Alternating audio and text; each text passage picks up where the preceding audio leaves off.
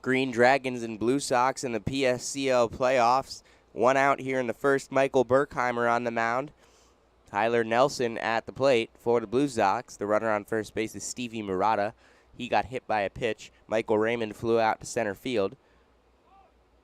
There's a strike over the outside corner.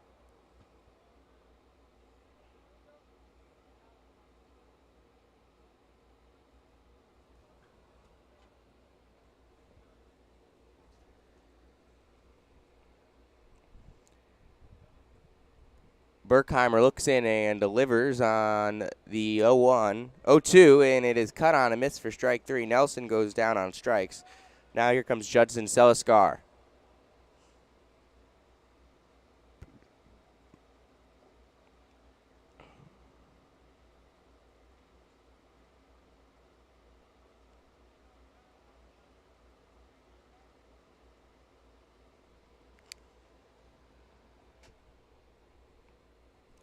First pitch to Seliskar. Murata's going. Here's the throw from Bradley Morris, and it is not in time.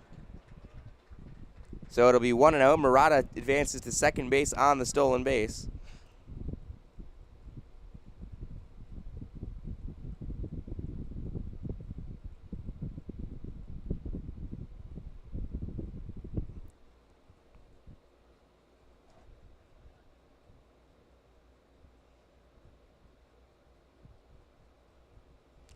And here comes the pitch.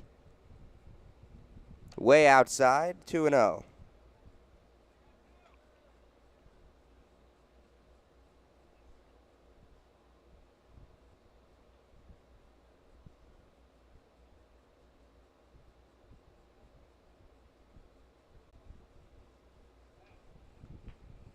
And pitcher steps off.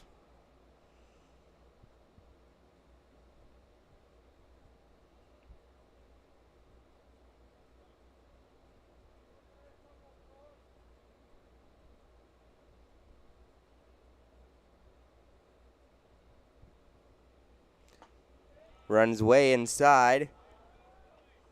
3-0 now on Seliskar.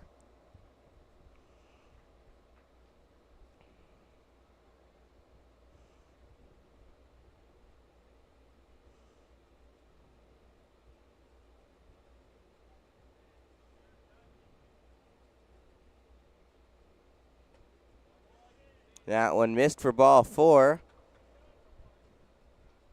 Seliskar takes his base.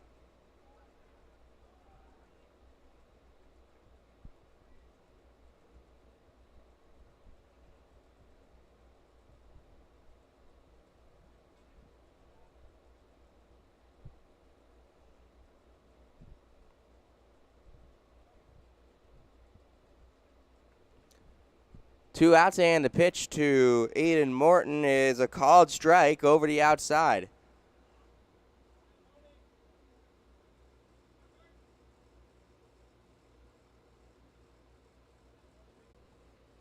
Here's the pitch. In the air and foul. Over for it is Lorero. It's out of play.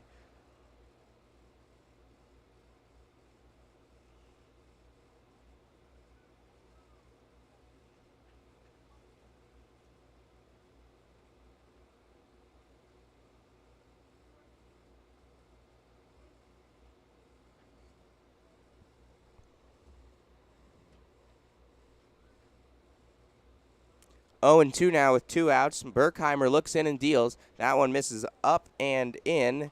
It's 1-2.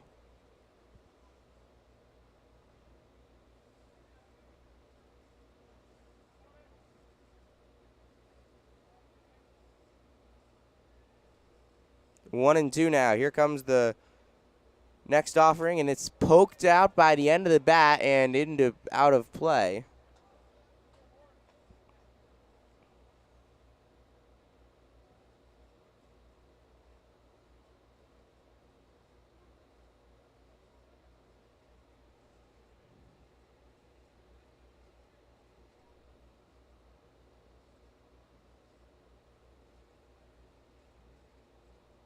One and two with 2 outs. Runners on first and second to pitch. Morton swings and misses. Berkheimer gets out of it. And we'll go to the bottom of the first inning after these words.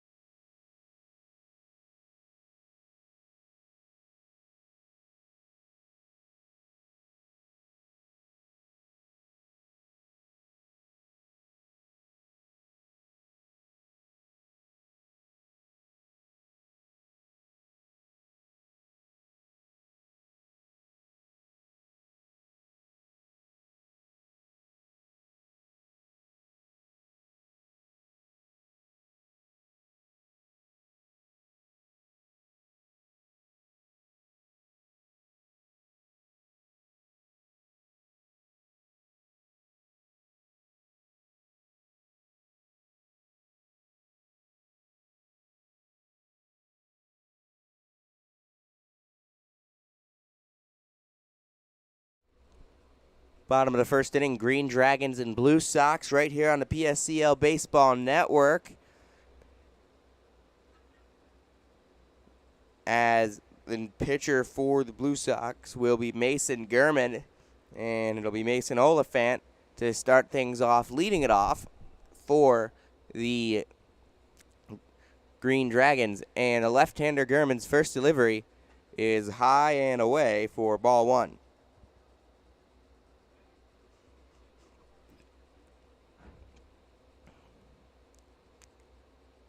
Gurman comes set and turns and fires.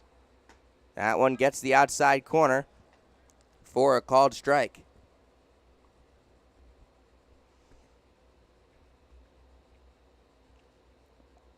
So now it's 1-1, and the next delivery is cut on and missed by Oliphant, and kind of groomed that one right there for him. And still now 1-2. Oliphant is behind in the count. That one missed up and in, 2-2. 2 balls, 2 strikes, no outs here in the first. And Gurman looks in, the left-hander kicks and fires. That one is not there, just an inch or two low, according to the home plate umpire.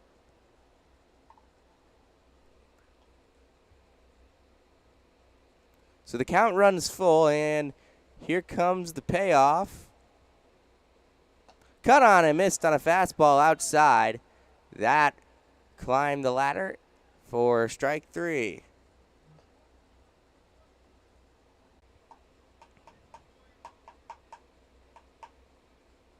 So now Sawyer Stidham steps up to the plate, facing Gurman.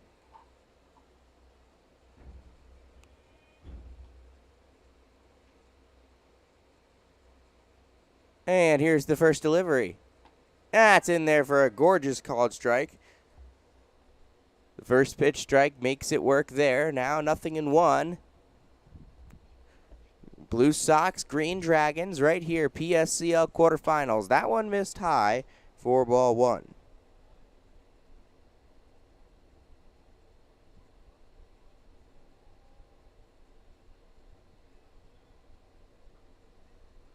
Gurman fires. Outside, ball 2.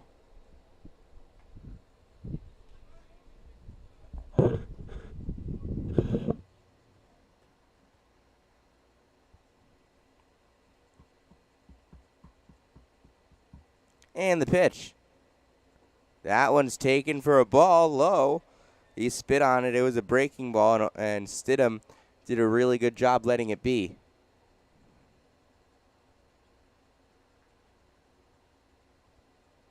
3-1. Runs inside ball 4.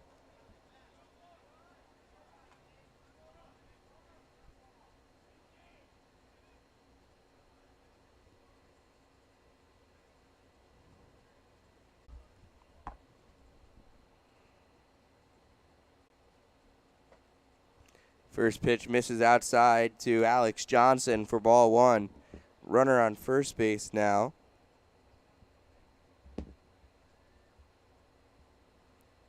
And that one's in there for a gorgeous called strike. Finding that outside corner, Stidham on first. Double play ball gets them out of the inning.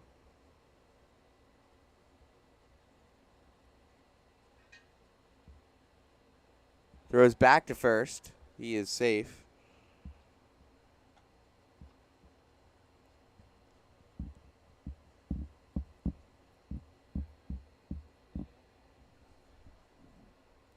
Here comes. That one's in there, and Gehrman's back ahead. 1 ball, 2 strikes with 1 out on Johnson. If it gets to him, it'll be Bradley Morris on deck. We've seen him do big things both behind the dish and at the dish. That one misses high to Johnson.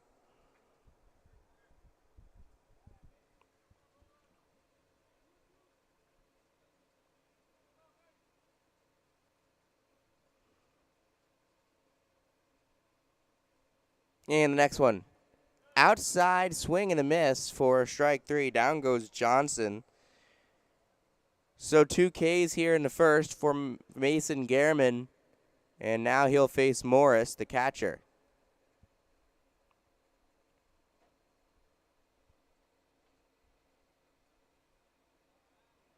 First pitch to Morris.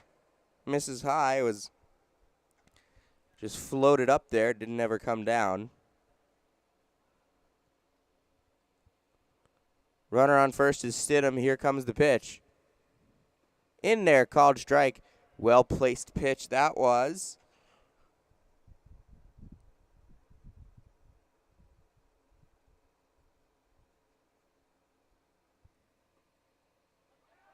And there's the throw down. And safe.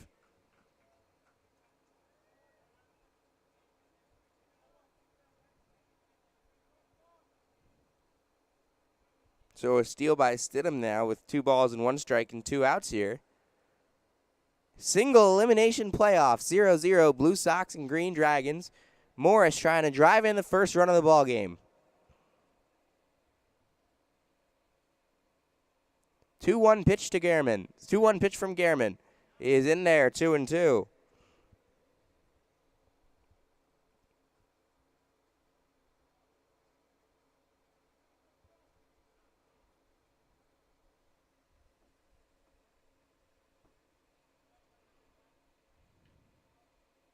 And the pitch outside for a ball.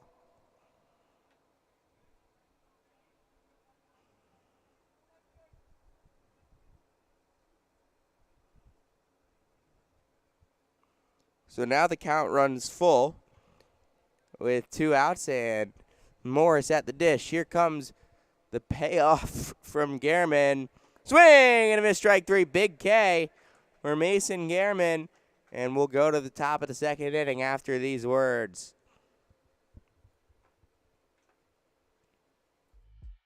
Imagine a place where birdies tell tales.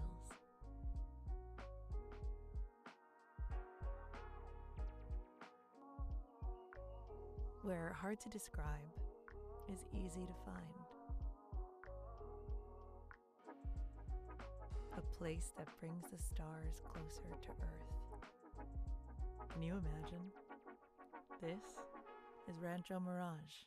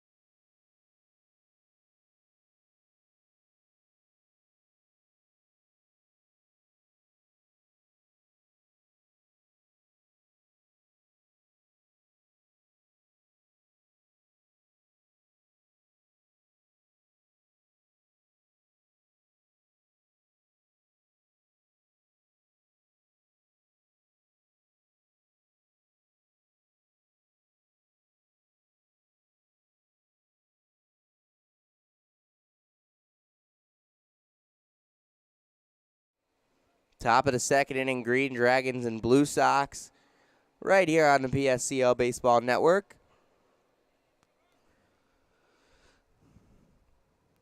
Caden Dawson now facing Michael Berkheimer. Here comes the pitch. In there, called strike with a breaking ball, dropped it in there.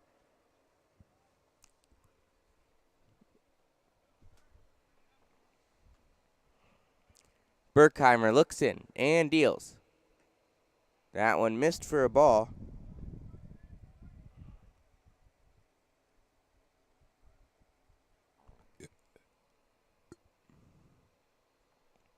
And the next one misses once again for a ball.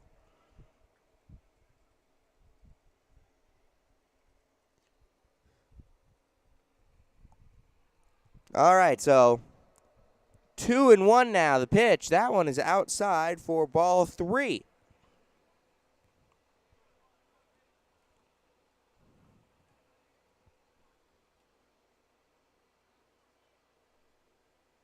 So Berkheimer in trouble of walking Dawson here, and he does. Well, he actually hit him. So Connor Fry now will be the hitter.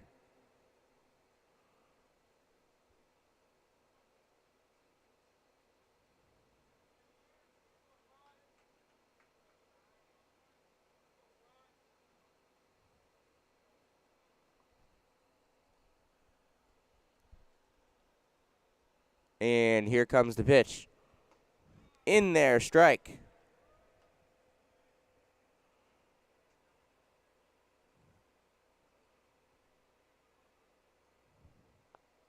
So 0-1 now on Fry.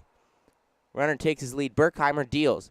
Flared back foul towards the screen, and we will come back to 0-2 as Berkheimer receives the baseball, walks back to the top of the mound, and looks in for his sign before getting it, and coming set at the waist, throwing back to first base, and nothing doing there.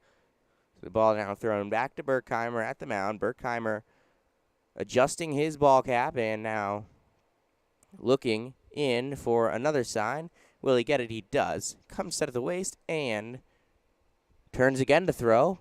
Again, nothing doing.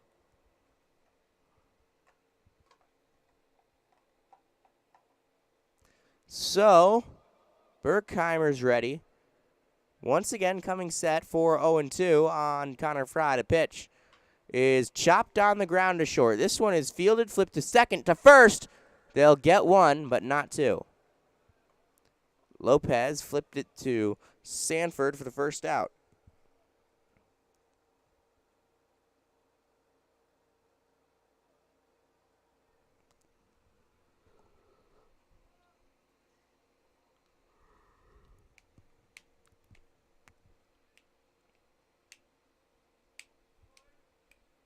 Aiden Arriaga now. This is the last game for one of these teams. Single elimination. There is no tomorrow. That one misses outside for a ball on Arriaga. Berkheimer has pitched well this season, as has Gehrman.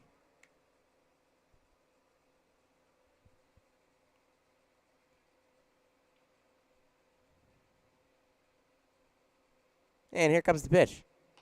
Outside for ball 2. 2-0 now on Arriaga as Berkheimer adjusts the baseball in his hand, looking for his grip on the pitch, and he will deliver said pitch now, where it's popped foul by Arriaga and back out of play.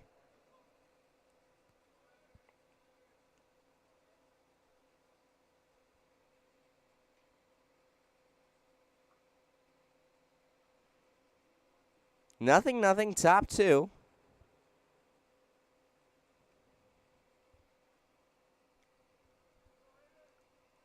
And the pitch misses up high.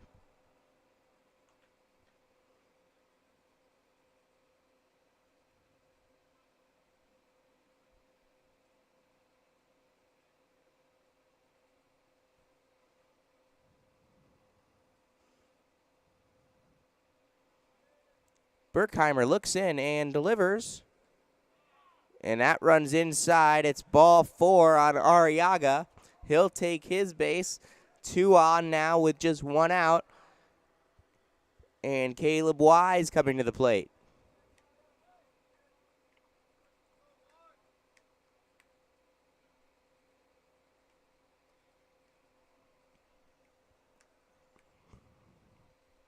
Berkheimer needing to get out of this jam. 1 out, 2 on. Caleb Wise at the dish. The pitch. Wise hits one deep into left field. This one's going back towards the Sherman's Deli sign. It's going to bounce and go all the way to the wall. 1 run is in. Arriaga's around third. He will score. It's a 2-run double for Caleb Wise. The Blue Sox have the lead.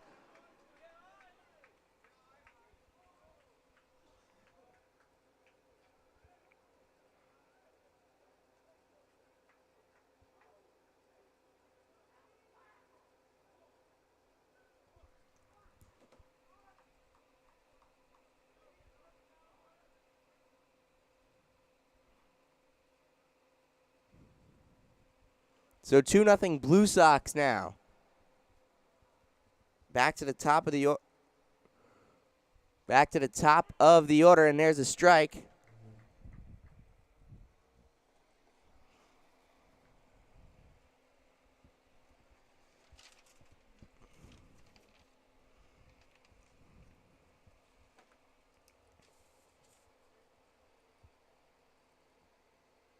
And there's one flared foul.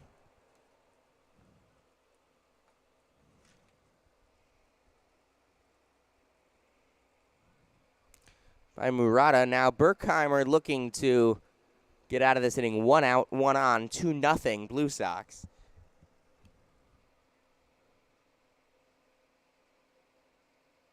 Nubbed foul.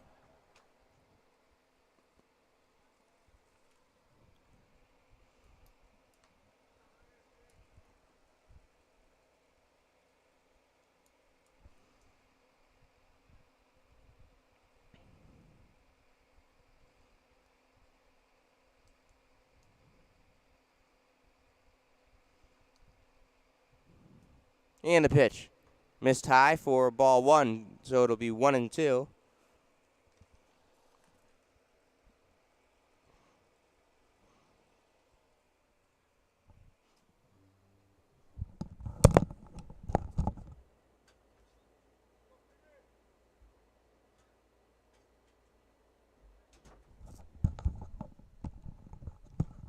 And swing and a miss on the chase there. Murata goes down on strikes. So that'll bring up the number 2 hitter, Michael Raymond, who has the last chance to get more runs in the inning.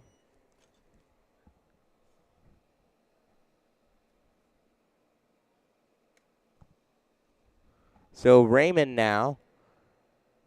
Berkheimer looks in and deals. First pitch is in there for a called strike over the outside.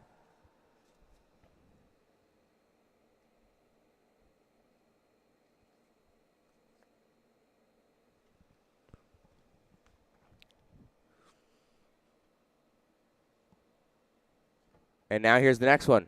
That one runs inside. It'll be 1 ball, 1 strike on Raymond.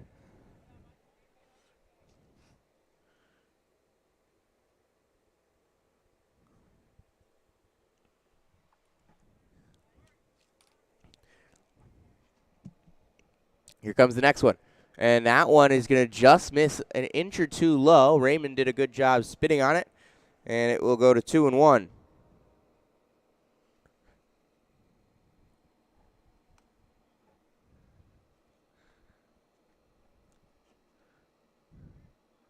Two-one offering. In there, called strike 2. So now 1 pitch away from getting out of the inning.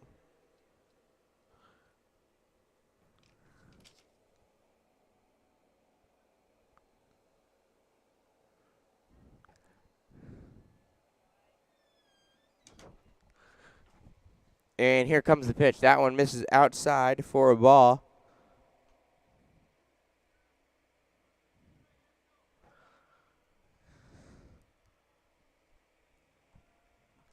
So here comes the 3-2. The pitch. Pop foul, back by Raymond, out of play. So we'll do it on payoff 3-2 once again.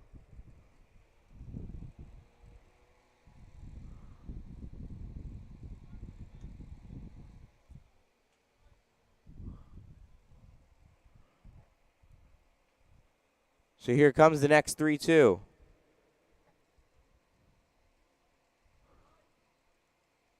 Ripped into right, and that will get down in front of Taylor. And Wise is held up at third. So it's 2-0 remaining that, but there's now runners at the corners with 2 outs. And Tyler Nelson coming to the plate.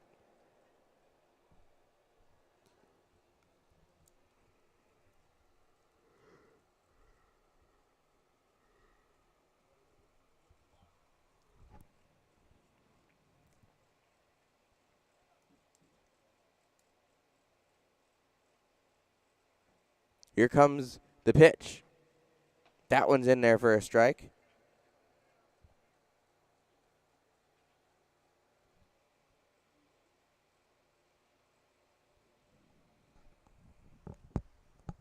So at 0-1 now against Nelson, Berkheimer's thrown 43 pitches in an inning and 2/3. Now he's thrown 44, and it's 1-1.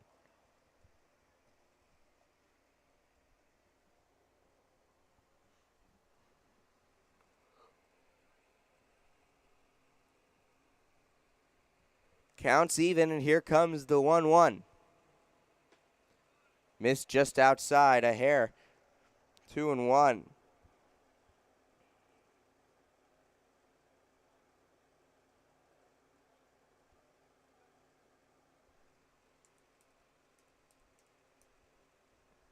Two and one now, top of the second, 2 outs. Runners out the corners. The pitch to Nelson is popped up foul, 2 strikes now.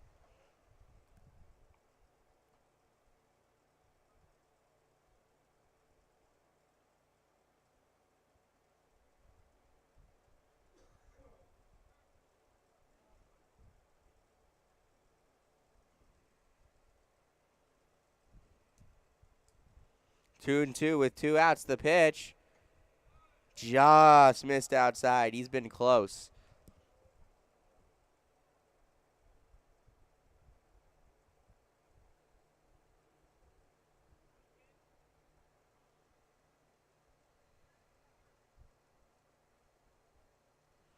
Three and two.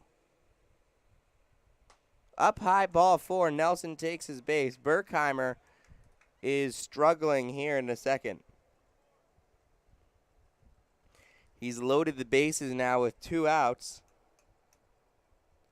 Judson Seliskar coming to the plate.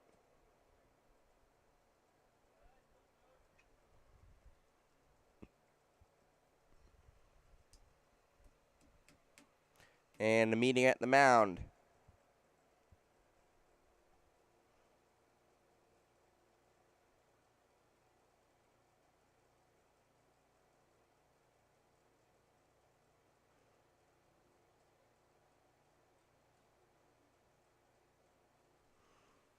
Whole team meeting.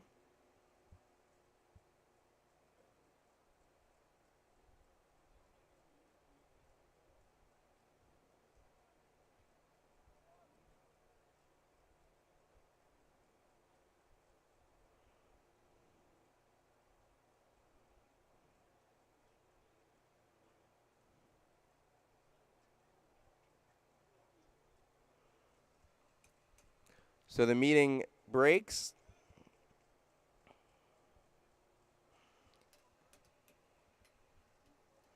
And the bases are loaded for Judson Seliskar, who can really put some hurt on this game.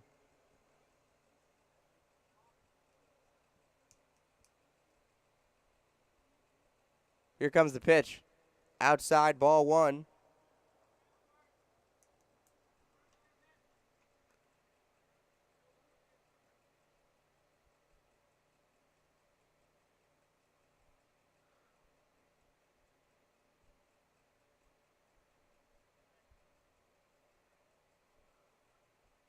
And the next one In the air, towering Empire State pop. Second base and first over for it. Loureiro makes the play to end the inning, but not before 2 runs come in and score on Michael Berkheimer from Caleb Wise's 2-run double. We'll be back after these words.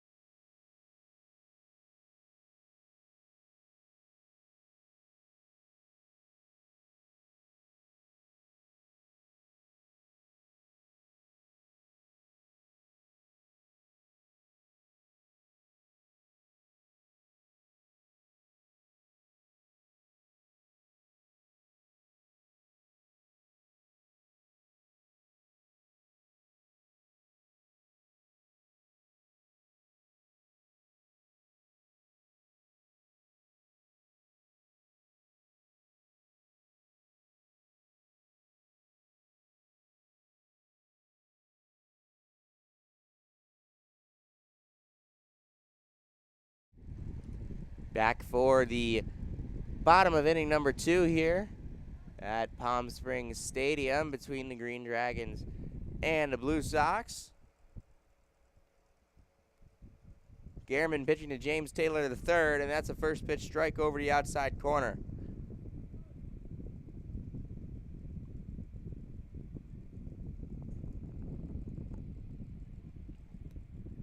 And here comes the next one. On the ground, right back at Gehrman. He does a nice job fielding it. Underhand toss to first, 40 out. So that's a quick one. All it took was 2 pitches.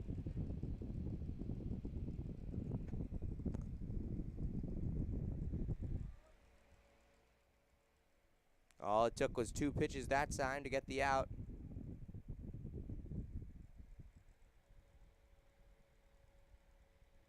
And now Parker Loureiro. That one misses away.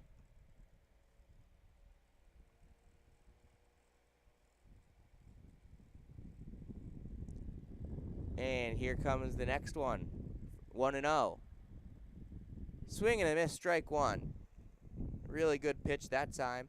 Got him to swing and miss there.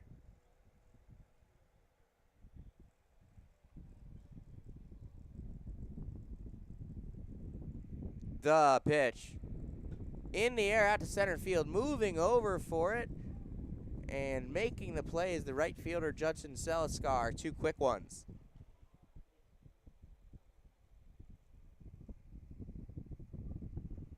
Mason Gehrman looking for that big shutdown inning. And it seems like he is on his way there. The next hitter is Christopher Lopez.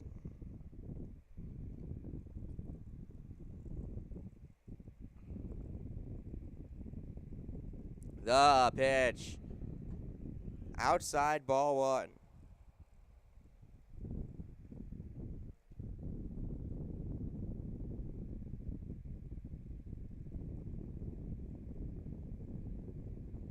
And that one is going to miss for ball 2. 2 outs, 2 balls, no strikes. Gehrman takes the ball, comes set, looks in, turns, and delivers. Swing and a miss, strike 1.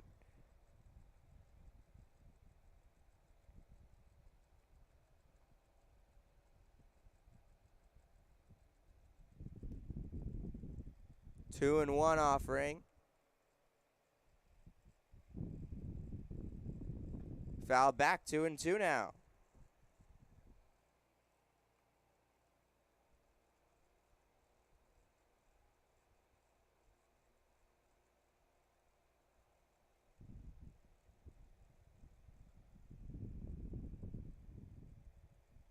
the pitch. High ball 3.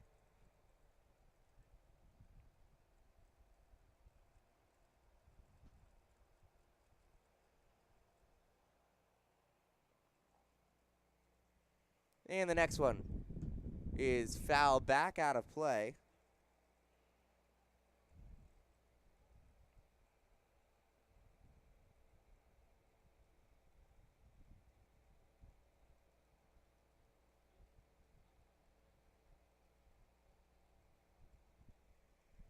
Swing and a miss, strike 3. Garriman sits Lopez down. A big-time shutdown inning for the Blue Sox. We'll be back for the top of the third after this.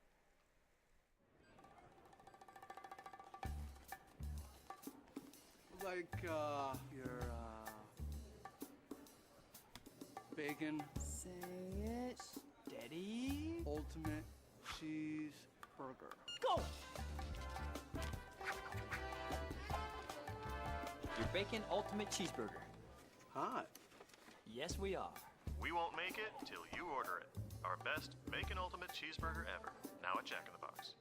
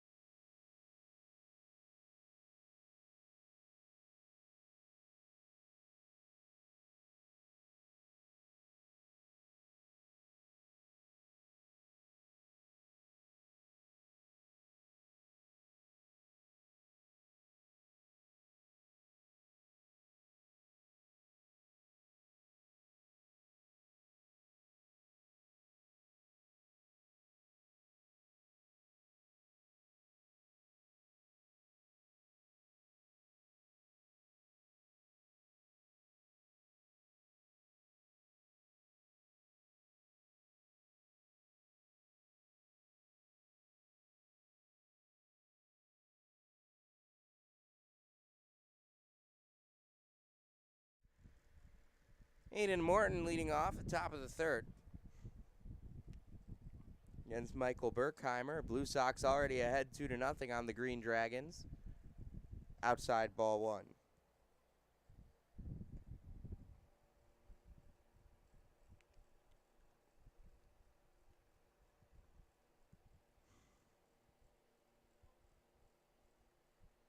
In the air, fouled off.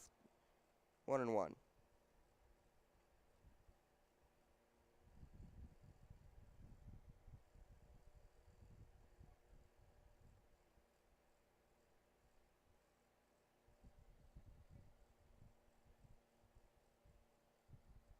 And here's the pitch. That one missed.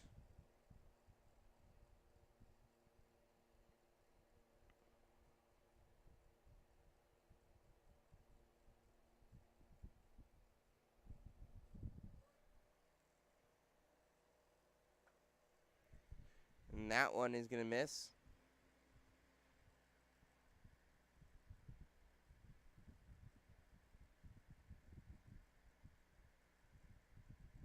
Three and one now. In the air, poked off the end of the bat. Right fielder Taylor over for it to make the out.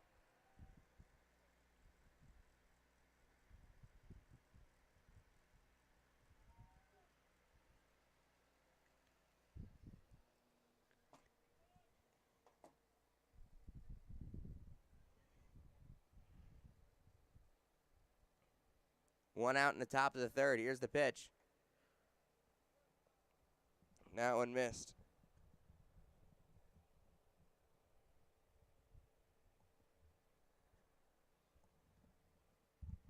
Here's the pitch. Swing and a miss for a strike.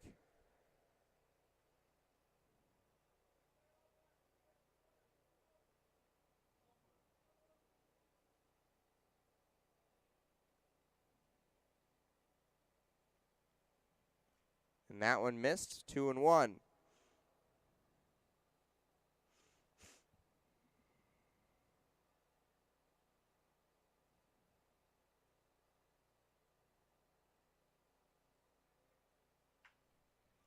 In the air. Actually on the ground. That's a base hit.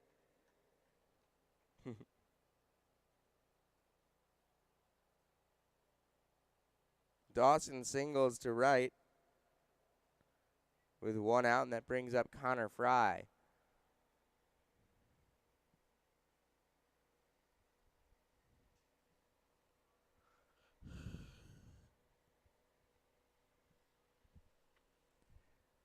So, Berkheimer with one down, looking in and dealing. On the ground to short, this could be two. Lopez fields. No, he doesn't field. That's an error, and now there's two on. That could have been an inning ender.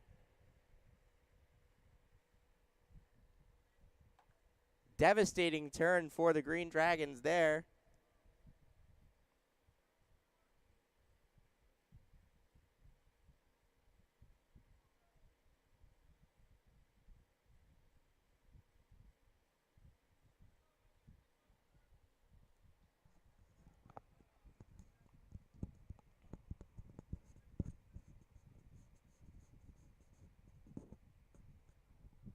Here comes the pitch.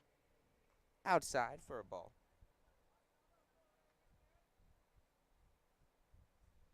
1-0 on Arriaga.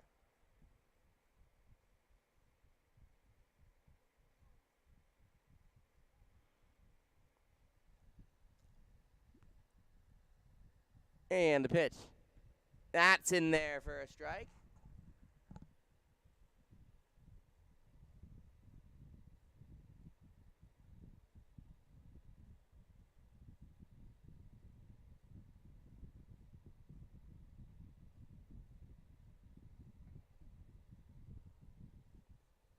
In the air. Foul territory. That one's going to get out of play. 2 strikes now with 1 out.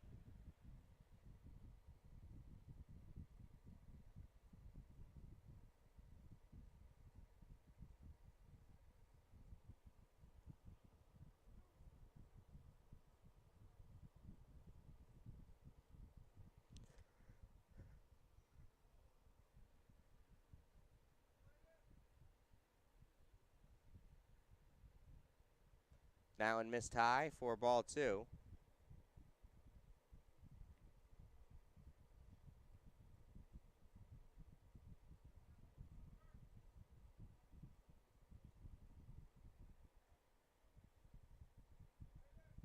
So now 2-2 with 1 out. The pitch.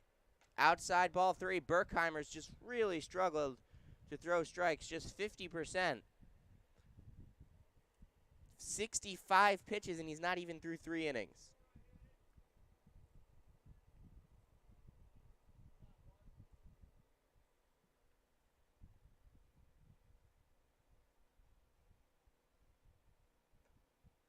Ball 4. Take your base, Aiden Arriaga. And guess what? The bases are loaded for that man, Caleb Wise.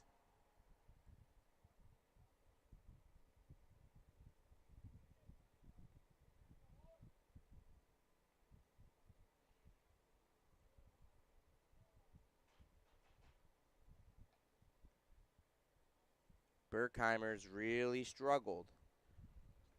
He needs to really snap out of it. He did get a ball that could have been an inning-ending double play. But Lopez booted it, and he followed it up with a walk. Can't walk another. Wise fouls it off.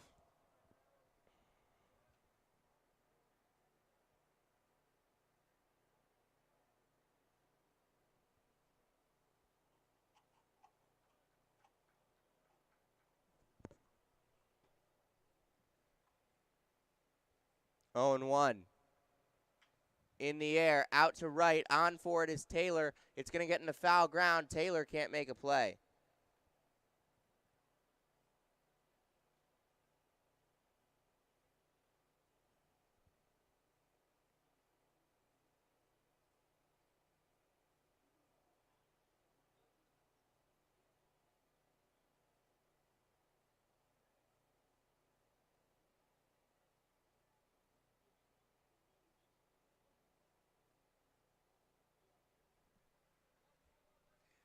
And here comes the next one.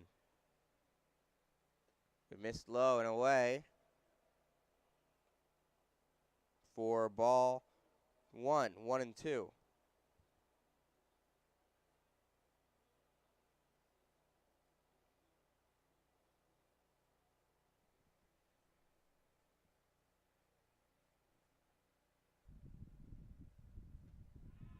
In there, that's strike 3. Down goes Wise. He didn't like it.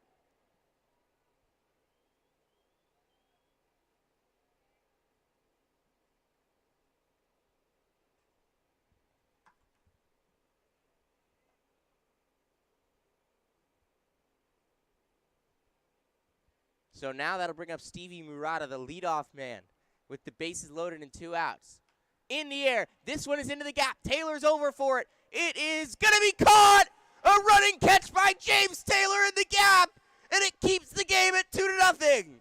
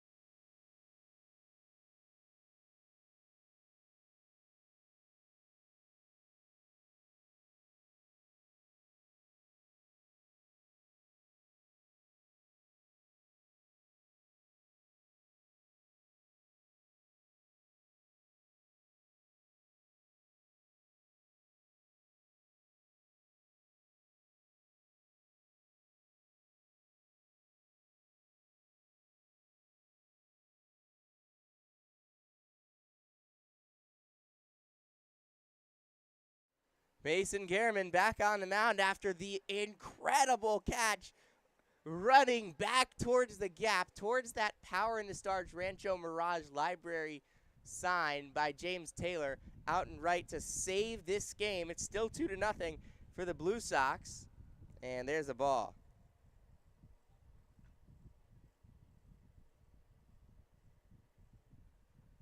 That one misses for another ball. 2-0 is the count.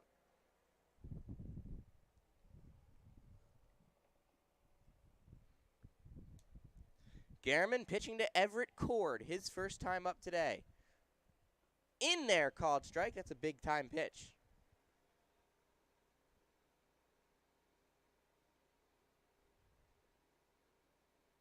Two and one. Swing and a miss, strike 2.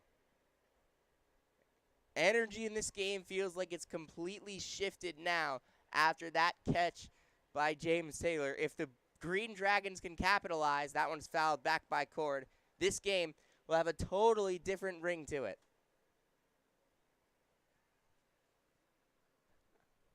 That is an SC top 10 type moment. It wasn't a sprawling diving catch, but given the context of this game, and that one's a towering pop foul out of play. Given the context of this game, that is an SC top 10 catch. The context of this season is over if that ball gets down. That is a 3-run double. It would be 5-0.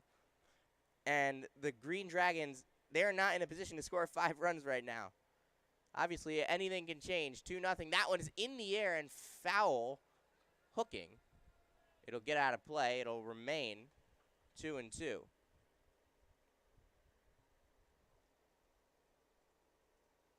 Taylor's made a bunch of really impressive catches in the outfield We did see him sprawl out for a diving catch earlier this season. We've also seen guys like Alex Hagan make some great plays. Binyam Gebhardt for the Lumberjacks.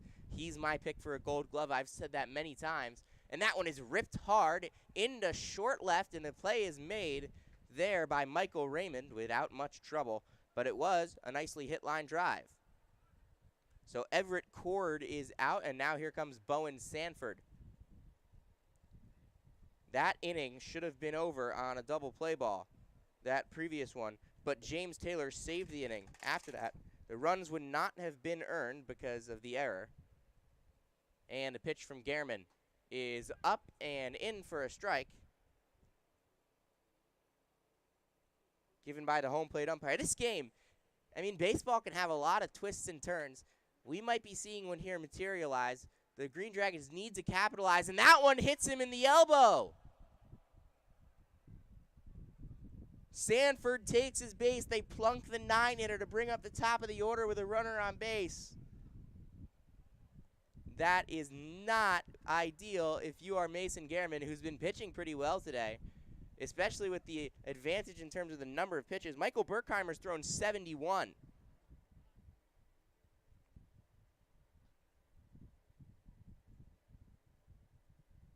That one misses for a ball.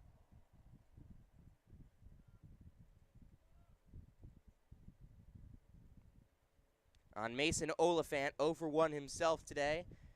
He struck out swinging in the bottom of the first. Gehrman throws back to first, and he threw it to the wrong side of where the runner would be. PSCL playoff action right here on the PSCL Baseball Network. There's nothing better than playoff baseball, at least in the summertime. Swing and a miss, that's a strike. I mean, the tension of collegiate sports in single elimination. It's what makes March Madness the greatest sporting event in the world. It's what makes the NCAA baseball tournament, even though it's not all single elimination, so tense, so amazing. It's what makes these sports just off the charts in terms of entertainment value. That one gets away from Nelson, and the runner will advance to second base.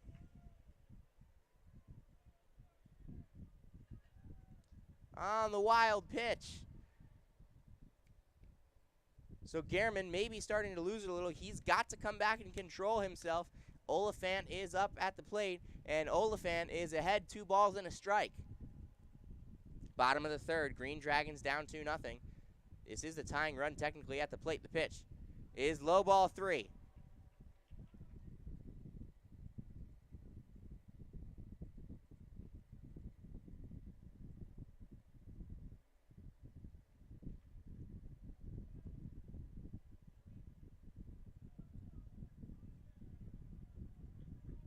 Three and one, and that one is ripped in the air. Going back is Raymond, and he will make the play. Tagging up from second, the throw is cut, and another runner advancing. Bowen Sanford does a good job of that. He's 90 feet away from scoring, but there are 2 outs now. A sack won't do it. Sawyer Stidham, the inning falls on him now against Gehrman. Stidham walked earlier today.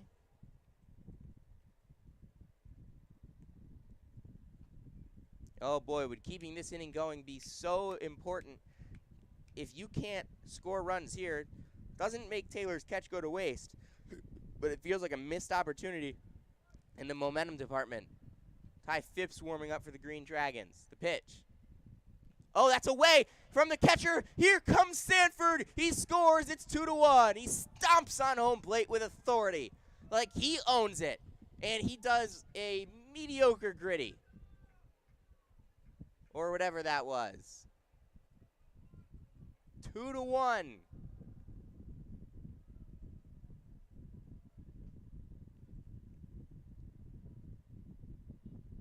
Another wild pitch. This one, that's in there for... No, it's not. It's 2-0 now.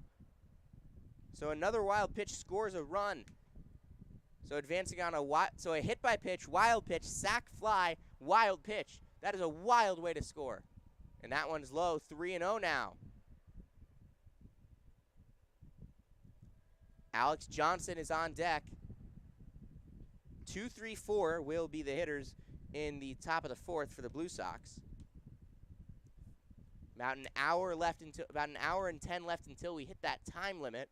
Green Dragons down by a run. The pitch to Stidham.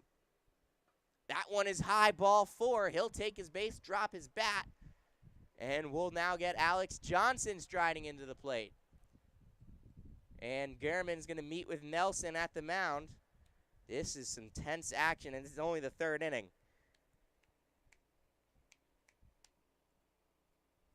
You got to love baseball. You got to love the PSCL.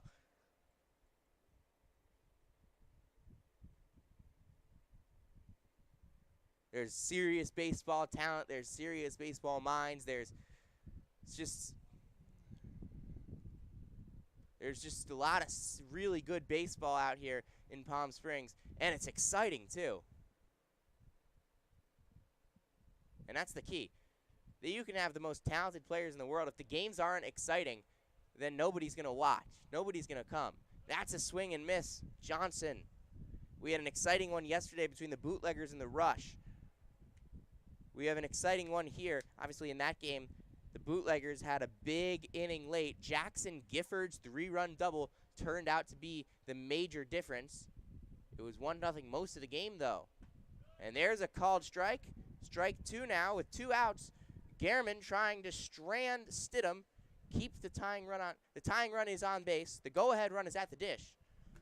And he's trying to send it back to Berkheimer or to Phipps, the Green Dragons pitching staff. On the ground, chopped foul on the third base side.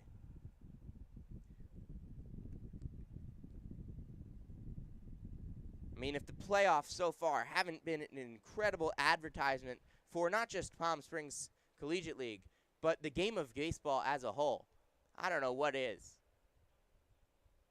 Swinging a ground ball to short. This one's fielded by Arriaga. Takes a double clutch, and he's not in time on the throw. He should not have double clutched.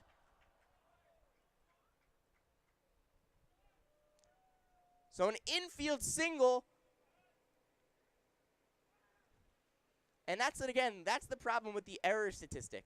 That is a defensive mishap right there, but it's not an error. Because he fielded it cleanly, he threw it cleanly. It's a defensive mistake, but it's not an error. That's how things work sometimes. And now Bradley Morris. He's been clutch this year. We've seen him hit gap to gap. We've seen him spray the ball. We've seen him throw guys out from behind the dish. He's got a big plate appearance here against Mason Gehrman with 2 on and 2 out in the third. And he'll swing and miss for strike 1. We're going to keep this game looking to keep the Green Dragons behind, looking to keep the Blue Sox ahead. Morris looking to tie or give the Green Dragons the lead. Here comes the pitch. High for ball 1. Stidham on second, Johnson on first. If it gets past Morris, it'll be James Taylor, who had that impressive catch that kept the game at 2-0 and allowed for this. The lefty fires. Morris rips that one into left field. Coming on for it's Raymond. And he makes a diving catch to end the inning and keep the Blue Sox in the lead. Wow! They are dueling defensive gems out there today. It's 2-1 after 3.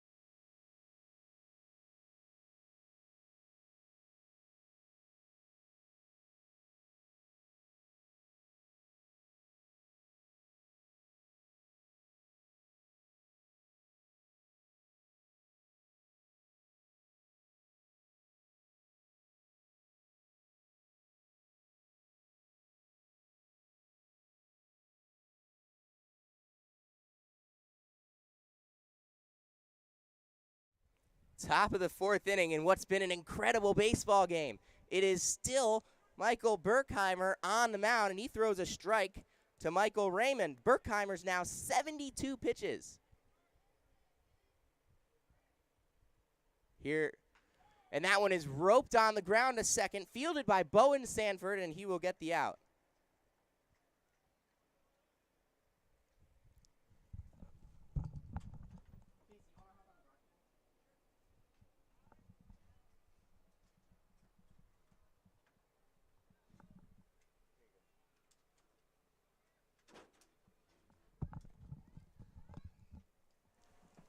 And here's the first pitch to Tyler Nelson, and it's a ball. And we are pleased to be joined now by the manager of the Palm Springs Power and the man who keeps this PSCL league running, Casey Dill. Yeah, happy to be here. You guys have been doing a great job on the broadcast all summer, and I'm glad I get to join you here for the playoffs. I mean, playoff baseball is some really awesome stuff, and that one just nubbed foul, just barely got a piece of it, did Nelson. So what do you see out here in terms of the PSCL? What was the vision for this league?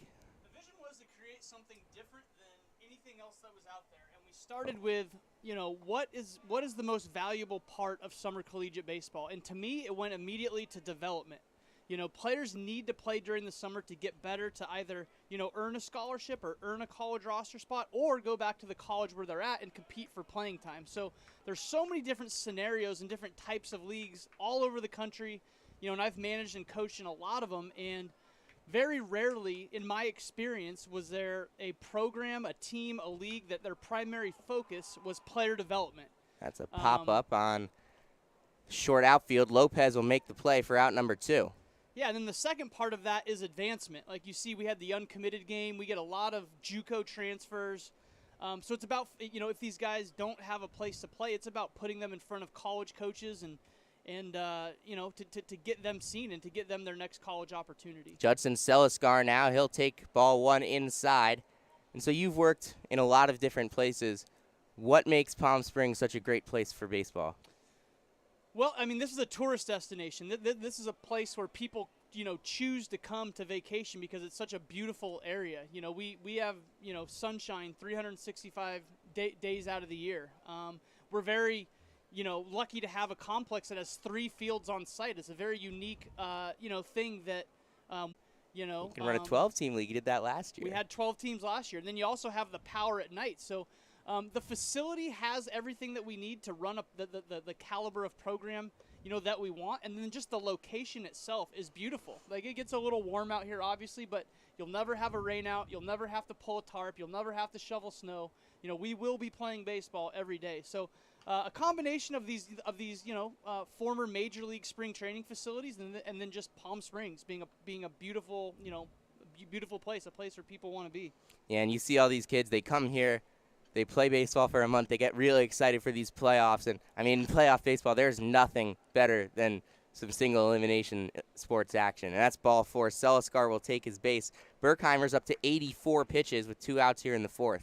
Yeah, the playoffs are always very competitive. During the regular season, the head coaches, work to get everybody equal playing time. We say these guys are here to develop, so it's about playing everyone as equal as possible while still trying to win the game. But you get to playoffs, these guys are playing their best 9 guys.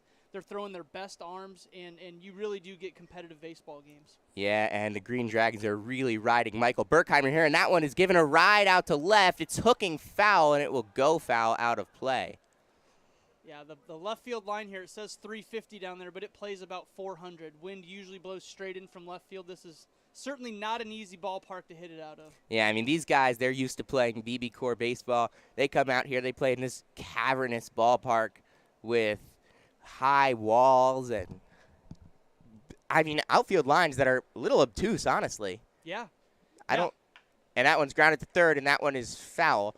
I mean, the first thing I noticed when I got here was that the lines, they're not straight. Yeah, I mean, that could be tricky sometimes. We have, we have interns that help us prep the field and stuff. So, little things like that happens sometimes, No, it's not, I'm not saying that from a negative perspective. I'm saying it from the fact that it makes the field play so much bigger. Yes. Because the angle between the bases and the foul pole is so odd. So great, and it gives big gaps in the outfield, right field and left field, huge gaps out there. And I always tell guys that are playing here, this is you got to have almost major league type power to hit it out of this ballpark. And Morton is plunked on the back right in the middle of that 6, that jersey number. I mean, that's what the hole's for. And now 2 on, 2 out. Caden Dawson comes to the plate. He's 1 for 1, and it looks like the Green Dragons are still sticking with Berkheimer. No one warming up, and there's a meeting on the mound coming. Talk about the coaches in this league. What brings the coaches here, and what do the coaches do that makes them so great? Yeah, we've got a great coaching staff this year, probably one of the best we've had, in the league's 7 years, and they come from all over the United States. Like, Joel Hartman, the head coach of the Green Dragons, he comes all the way from Florida, to be a part of this league. And the goal is a lot of these guys are looking to get their first head coaching experience. So all of these guys, are current college coaches or aspire to be college coaches. So being a head coach and running your own club is invaluable experience. It's a totally different job than being an assistant. When you're the guy in charge and you're leading young men and you're having to write the lineup and make roster decisions and mentor guys and coach guys, it's just a totally different experience than, being an assistant coach, where there is a lot of those aspects to it, but until you're the guy in the driver's seat and you're making those decisions, there's nothing that can replace, the experience of being a head coach. So the goal is a lot of these guys come here and it's their, it's their first head coaching job. And, we've had guys come through here that were assistant college coaches that got head coaching experience here that led to a college head coaching job. Chance Sharp, managed here 2 years. He's the head coach at Highland Community College in Illinois. Harry Estep, he coached here 3 years. He's now the head coach at New Mexico Highlands University. So these guys are building resumes. These guys are getting experience that is highly valued and that is necessary for earning that next job. 1 and 2 now, as that one's fouled off by Caden Dawson. And it's not just the coaches that are here. Then it's not just coaches, the players. I'm here to get better. The analytics people are here to get better. The umpires are here to get better. Everyone is here to get better. Yeah, ultimately the same approach we take with the players, that we want everybody to get better in advance. We want for everybody here, from the umpires, the coaches, our broadcasters, our data analytics staff, our athletic trainers. The whole idea is you come here to get experience, to build your resume, to help you get that next job. And we just have such a long, vast, and great history of moving not just coaches and players to bigger, better things, but all of our staff.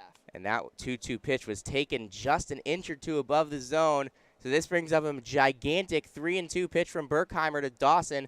Dawson will take his time out.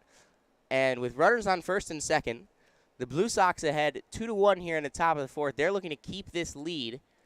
There is action in the Green Dragon bullpen. Tanasaki's warming up. And here comes Berkheimer's payoff pitch with 2 outs. The runners go. And it's ball 4 high. Dawson takes his base. And that'll bring up Connor Fry with the bases loaded. And Berkheimer's loaded the bases a bunch of times today. Yeah, looks like Joel Hartman's looks like he's making a move. Berkheimer has thrown a lot of pitches in a short amount of time, and looks like he's going to Kai Hanasaki, who's been one of the best relievers in the PSCL this summer. So this will be fun to watch. Yeah, and I mean, not much of a bigger situation than what you got right now. Kai Hanasaki coming into the game here with the bases loaded, basically trying to protect the season. Yeah, very similar to what Michael Groves did in the Power versus PSCL All-Star game, on the 4th of July. Coming in against the PSCL All-Stars with the bases loaded and kind of getting out of a jam. And if you're a relief pitcher, this is something that you have to be good at. You're going to be expected to come into big moments, big pressure situations with the game on the line and get the job done. Yeah, and Kai Hanasaki so far this season, he's been really impressive with 13 1/3 with a 0 ERA. Struck out 16, walked 3. This is the guy you want on the mound in situations like this. He's not going to put guys on base without a fight. He's given up just 5 hits, whip at .61, and none of these runs would be charged to him if they score. Yeah, and let me say this about Kai Hanasaki, because I coach him, at College of the Desert, and he was a redshirt freshman this year, didn't play a whole lot. He had older guys in front of him, and look what he did this year. He's an all-star, one of the best relief pitchers in the league, and so we talk about, player development and getting that valuable experience, and Kai is an example of that. All of the College of the Desert coaching staff is paying attention and going, hey, Kai had a great summer season. He may have a chance to compete for some legitimate innings in our bullpen next year. So really excited for Kai taking advantage of really big opportunity here. And man, this is probably the biggest moment of his summer season at the same time. Yeah, and it just shows the depth of talent, not just at College of the Desert in this area, in JUCO baseball as a whole. I mean, College of the Desert, it's a great program, but it's still a ways from the best JUCO programs in the country, and there's still this incredible talent that isn't really even playing out there. You get pretty much the entire COD team is here, either with the Power or with the Pscl, and I mean, let's see if Hanasaki can save Berkheimer here, and he's going to be facing Connor Fry, 0 for 2 himself today. He reached on an error last time and grounded into a fielder's choice his first time, so he's been on twice without a hit. Looks like we got a final from the backfield as well. North Stars defeating the Chill 2-0, so the North Stars will move on to the second round of the playoffs while the Chill have been eliminated. Yeah, the Chill always struggled to hit this year, and while the North Stars did struggle a lot of times finding quality innings out of their bullpen when guys like Jake Matisse were not available, they were able to make it work today. And, I mean, I'm not sure if it was one guy that pitched the whole thing, but yeah, really important rule in the playoffs that we go by here is the winning team gets to pick up one pitcher off of the team they defeated. So big advantages if you go through a whole game like the North Stars Chill game and it's 2-0. Good chance the Chill didn't use a lot of their pitching. So North Stars are going to be able to pick up an arm that's going to be able to help them in the next round. And same thing with the winner of this game here. Picking up that pitcher as you win is key. I see it every year to getting deep in the playoffs and having a chance at winning a championship. Yeah, the Chill have 2 great pitchers in Samuel Sanchez and James Williams. And here's the 1-0 from Hanasaki. And that one misses inside 2-0. Tight strike zone, but it's been consistent the whole game. Yeah, I mean, we've seen some umpires have wider strike zones, some have tighter ones.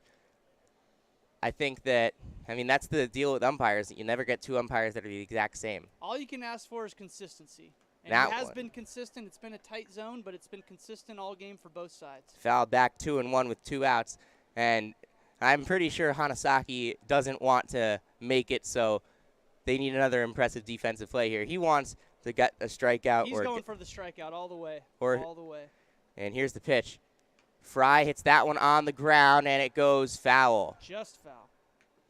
2 strikes now with 2 outs, 2 balls, and the bases are full. I mean, it doesn't get much bigger than this in single elimination baseball. No, you got to love these playoff-type atmospheres. Everything on the line. Loser goes home. These are big moments, and we talk about Kai, for example, was a redshirt freshman. Never in this year, in his college season, was he put in a situation like this experience of bases loaded, 2 outs, big moment, game could be on the line. Like, that experience for him is invaluable, and how he reacts is going to be invaluable. 2-2, nubbed foul again. Just got a piece of it, did Fry. So it's Dawson on first, Morton on second, Seliskar on third. And, these bases have been loaded pretty much all day. It's been hard to get a spot on the base paths. Well, actually, it's not, because there's been a lot of it. Now here's the pitch. Popped up on the infield. Hanasaki over, makes the catch, and another escape for the Green Dragons. And that will take us to the bottom of the 4th, where the Green Dragons offense will come to work. Man, they are walking on thin ice. Imagine a place where birdies tell tales.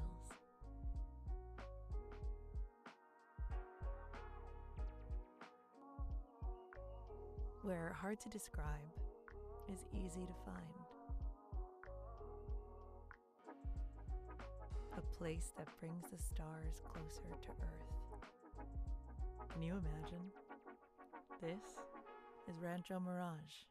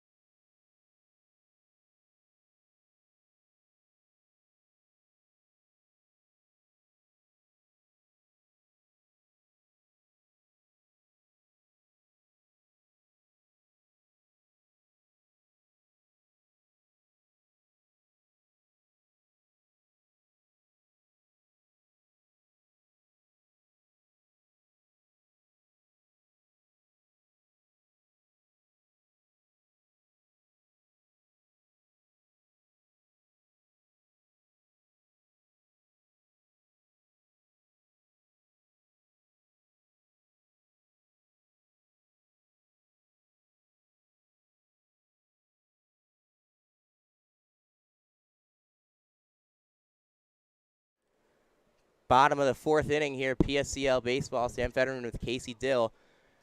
And, folks, we've got ourselves classic playoff baseball. Mason Gehrman still on the mound for the Blue Sox. Now pitching to James Taylor III, who had an incredible catch to keep this game at 2-0.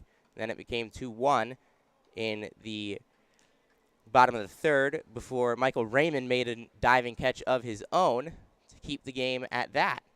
And then Kai Hanasaki came out of the bullpen with the bases loaded to force a pop out and keep the game at 2-1. It's been a roller coaster. It has. It's good baseball. Both teams are putting pressure on each other in a two-run ball game in an elimination game. What else could you ask for? Well, a one-run ball game, and that's what we got. One-run ball game. And a swing and a miss of Taylor. Gehrman's thrown 62 pitches, which it's not a small amount of pitches. It's just dwarfing Berkheimer's 94. That one misses low, ball 2. Yeah, for the most part, Gehrman, I mean, he's been one of the best pitchers in the league all summer, and he challenges hitters. He's not afraid to throw what he has right at the hitters and force contact, and, you know, really relies on the Blue Sox defense to play well behind him. And that one is ripped up the middle for a base hit. James Taylor having himself a really nice day. That incredible catch and now a single, then puts the tying run on base for the Green Dragons. Still no action down in the Blue Sox bullpen. I know they do have a couple good arms. Morgan Petito, the 6'8 lefty out of San Bernardino Valley, and Cameron Kundig, the graduated college senior from University of Redlands. So Coach Santos does have a deep bullpen over there. It'll be interesting to see, you know, when he decides to get those guys going. I mean, I think he's trusting Gehrman right now. And Lorero squares to bunt. He will lay it down, and it rolls foul. This is definitely a situation where the bunt makes sense. Try and advance the speedy James Taylor and manufacture at least one run here, because you only need one at the moment. You only need one. You're chasing one and getting a guy in a scoring position and putting some pressure, you know, on the defense to make a play is I agree, very important right here. And we've seen runs score with wild pitches all summer, pass balls, throwing errors off of catchers. There's been so many ways that runs can score that just getting guys in a scoring position, you have a good chance of scoring them. Yeah, Joel Hartman, the head coach of the Green Dragons, probably likes to play small ball more than any other of the coaches in the PSCL. He'll sacrifice bunt, he'll drag bunt. You might see a safety squeeze out of him. You know, he definitely likes to play the small ball game, which I think is very important to be able to do here in the playoffs. Yeah, and I mean, that one misses low. And off for second is Taylor. Here's the throw, and it's over the head of the covering second baseman. The good news for the Blue Sox, though, is that the shortstop, Arriaga, is covering. So it's a stolen base for Taylor. And, yeah, I mean, when you're at this level of baseball where, I mean, these guys are really good, but they're not quite superstars, the small ball game and throwing strikes are still very important. When you continually putting pressure on the other guy to make a play is the way that I would say is the name of the game. And that's in the air. It is not particularly deep, but taking a few steps back is Raymond. It is actually particularly deep by the end, and it's deep enough to tag the runner, and he will advance. Significant sacrifice fly right there. Runner on third base with one out. Lots of ways to score him right here. Yeah, and as I was mentioning, you look at something like this level of baseball where you're not quite at the level where guys are throwing 90, 95 miles an hour with devastating breaking stuff and they can control it, and they're not quite at the level where they're hitting the ball like 90 miles an hour. So getting chases isn't quite as important as just throwing strikes. Absolutely. A lot of these guys, it's their first time using a wood bat, too. Or you use a metal bat all year, you know, at your college, and then you come here and you have to swing a wood bat every day. And I'll tell you this, I played college baseball, and going from metal bat to wood bat, it's a different way to hit. You know, the thing that the capabilities of a metal bat are significant. Even with the BB core and all the regulations they have now on metal bats, hitting with a wood bat is much more difficult. Yeah, I mean, I played wood bat in high school. I mean, I only played a month of high school baseball, but I just never felt like I got great swings in with a wood bat compared to a metal bat. And, I mean, here's the pitch. Yeah, I always like to say the metal bat can do a lot of the work for you. Like, you still got to swing it, you still got to make contact, all that kind of stuff. But when you get a hit with a wood bat, you've earned it. You've done that job, you know, and that's the way I like to describe it. The metal bat can do a lot of the work for you. With the wood bat, you're doing all the work. Yeah, I mean, we saw in the College World Series like a 51-degree launch angle home run. You'll never see that with a wood bat. Never. Unless the guy is like 11 feet tall with unless the Hulk is the hitter. Yeah, and his name is Aaron Judge. I mean, not even Aaron Judge. Get double Aaron Judge. Yeah, Get yeah. Gru from Despicable Me. And that one's fouled off. And Aaron Judge couldn't hit a 51 launch angle home run, even if you juxtaposed the right field short porch onto left field. Very true. I mean, the highest launch angle home run in MLB. Could he do it with a metal bat? Yes, absolutely. The highest launch angle home run in MLB that I remember, I think, was 48.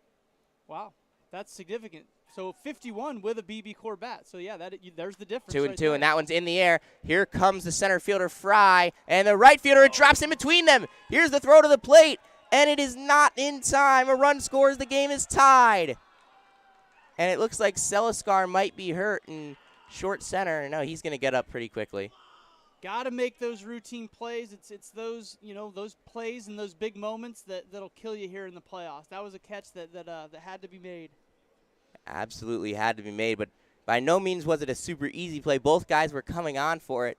This game is now tied with just one out, and that was Christopher Lopez who had that game-tying RBI. And now Everett Cord comes to the plate, 0 for 1. Runner on first, the pitch. Low for ball 1 on the outside. You know, another great thing we do here in the PSCL, and for those watching the broadcast, you can see it in the bottom part of your screen, is collecting the data measurables on every player here. You know, when we're talking about development and advancement, having those data points that all of the biggest college programs are using now, that every major league organization is using now, for us to have that information on our players is invaluable. We could use it as a developmental tool, and we can also use it as a tool to help us move our guys on. That one's fouled back by Cord. It's 1 and 2 now with 1 out. Gehrman's up to 76 pitches. And I love always seeing the races between the two sides to get those loose balls back there. Those little victories matter. Green Dragons, winning the race to pick up the foul ball right there. Small victory. Yes. They're looking for a big victory, and that one's fouled off. So 77 pitches for Mason Gehrman through 3 1/3. So he's gotten 13 outs. Sorry, he's gotten 10 outs. And he's thrown 77 pitches to do it. 17 pitches in this inning. 10 of them have strikes. And Gehrman's certainly going to be a candidate for PSCL Pitcher of the Year. Has some of the best numbers statistically. And that one's into center field. Moving forward is Fry. He'll make the play for out number 2. He's also one of our top uncommitted players. He got to pitch in the uncommitted game earlier in the year, and a lot of schools reaching out to him. And it'll be interesting to see, where he commits to by the end of this summer. Yeah, I mean, you get a lot of guys from JUCOs and NAIAs and D2, D3 ball that come out here, and they impress coaches. They impress the coaches from the PSCL, and they impress the coaches from everywhere around the country. Yeah, if I'm a college coach, man, I honestly believe we've created a scenario where this has got to be one of the best places to come to recruit. Imagine if you can come to one location where you have 2 or 3 games going on all at one time, and you have a list of the uncommitted guys, and it just makes it so easy for a coach or a scout to come in here and scout and recruit our players. Yeah, it's becoming like the transfer portal version of like what you see at these perfect game events. Absolutely, and that's the goal. I mean, the transfer portal has changed the way college recruiting happens. And that probably won't, go away anytime soon. They are talking about making some long-term changes to the transfer portal, but if you're a Waivers are JUCO harder to get. transfer or you're an uncommitted, graduating high school senior, or you're even going into your high school senior year, understand you're competing. Runner goes. Here's the throw, and he is out. Great throw. What a throw by Tyler Nelson to end the inning right there. Lopez is gunned down, and we'll go to the top of the 5th inning after these quick words.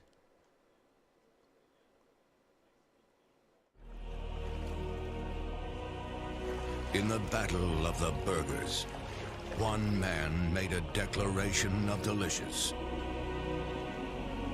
Jack.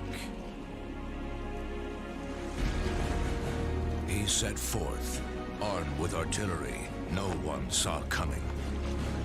boxes and boxes of mouth-watering burgers. He was determined to bring great taste to this great nation in the name of life, liberty, and the pursuit of flavor for all, so that everyone could taste history-making burgers. And America ate it up. True story. With fresher and tastier ingredients, we're making every burger better, like the new Double Jack. History never tasted so good.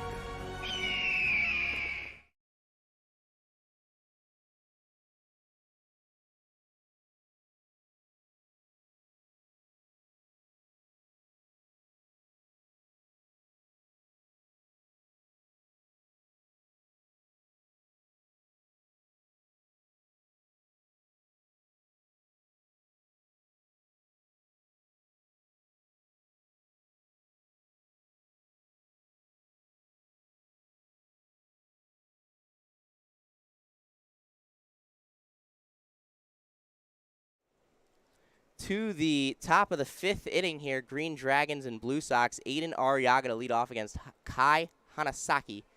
2 really fun names to say, and 2 really good baseball teams going at it right now. Yeah, 2 College of the Desert teammates going head-to-head. And Arriaga fouls that one off on the first base side. Lorero at first today. We've seen him play a lot of third. Arriaga, in his first plate appearance and his second plate appearance, walked. So he's getting his steps in.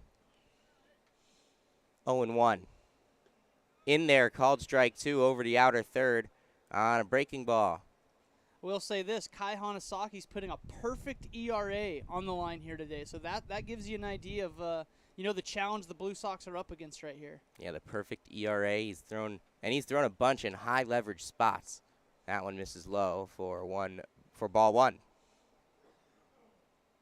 Blue Sox going to have to find a way to manufacture a run. We were, Coach DiMatteo and I were watching the game earlier, and there's a lot of opportunities for these Blue Sox hitters to possibly lay down a bunt. You see how deep the third baseman's playing, out there for the Green Dragons. And Arriaga hits that one deep out to right. Taylor is going back, and he will make the play a few steps in from the warning track, with his momentum taking him to the warning track. And that is out number 1. And he covers a lot of ground out there in right field. Not an easy place to get a base hit here against the Green Dragons today. I mean, yeah, Taylor. I mean, I've always said Binyam Gebhardt is my pick for a gold glove or a platinum glove in this league. He's been really good at shortstop for the Lumberjacks. James Taylor, he's up there as well. Yeah, that play he made in the 3rd inning, I think we all thought that was like, this game just got broke open, and game-saving play with runners in scoring position, and another nice play right there. Caleb Wise, who has the double that drove in the only 2 runs for the Blue Sox, and then struck out his 2nd time. Fouled off, couldn't quite get a good swing on it, but as long as he do get a piece of it. Really have 2 of the top arms in the PSCL going at it head-to-head right here in Mason Gurman and Kai Hanasaki, and going to be interesting to see how these teams try to manufacture runs here in the last couple innings. And that one is grounded foul towards the Blue Sox dugout. So 1-2 now on the number 9 hitter. When you can get production out of the number 9 hitter like they did out of Wise, I mean, you're looking at a good baseball team. You're looking at a really good machine that they've got going. That's why they're in the 2-3 game and not the 4-5 game, and that one's fouled off. Yeah, job of the 9 hitter is do the little things, whether that's, have that pitcher go up to 10, 12 pitches in an at-bat, have him waste some bullets, moving a runner over, or just getting on base. When your 9-hole hitter can just be productive, it goes a long way. And that's why you start to see, that's why like in the National League and when they still hit with the pitchers, that a lot of teams started to move the pitcher to the number 8 spot because the number 9 hitter is the second leadoff guy. Because your leadoff guy. There is some strategy in that, absolutely. I mean, your leadoff guy gets on base so much that, hey, what happens if there's another guy on base for when that happens? Yeah, absolutely. I love the strategy in putting a hitter there in the 9 spot, and certainly can change the way a game is played when that guy can be productive for you. 2-2 from Hanasaki, called strike 3. Wise is a pair of shoes for the 2nd time today. Great pitch there right on the inside corner. Not really much he could have done with that pitch.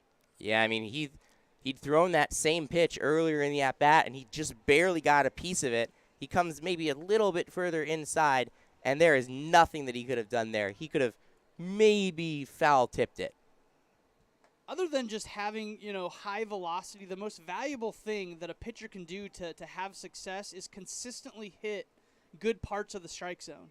If you're placing that ball exactly where you want it to be and you're putting it in places where it's really hard to get the barrel to and it's tough to hit, that's what you want to be as a pitcher. Kai Hanasaki's really 85, 86 miles an hour, not drastically overpowering, but when you're getting those balls on the black of the plate and at the knees, those are very tough baseballs to hit. And that one is on the ground from Stevie Murata right at the shortstop, Lopez, and he makes the throw over to first for out number 3. Hanasaki sets him down 1-2-3 here in the top of the 5th, as he always seems to do. We'll go to the bottom of the 5th, and a 2-2 ball game between the Blue Sox and the Green Dragons. We'll see if German comes back out to the mound.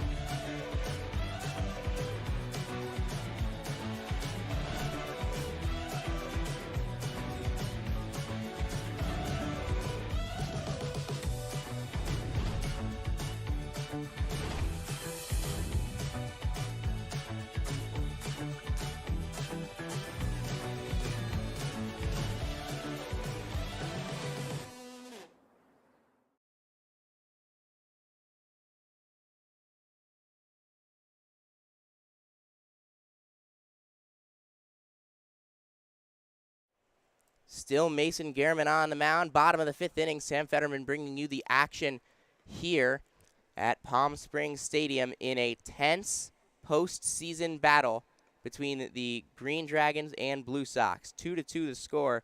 And both of these teams are absolutely desperate for that victory to move them on. And it'll be Bowen Sanford to lead it off for the Green Dragons. And we'll see what they can do here. Gehrman's thrown 82 pitches to get through 4 innings. We're in the 5th here. This game might not go 7 because of the time limit, but it's tied. So at the moment, who knows?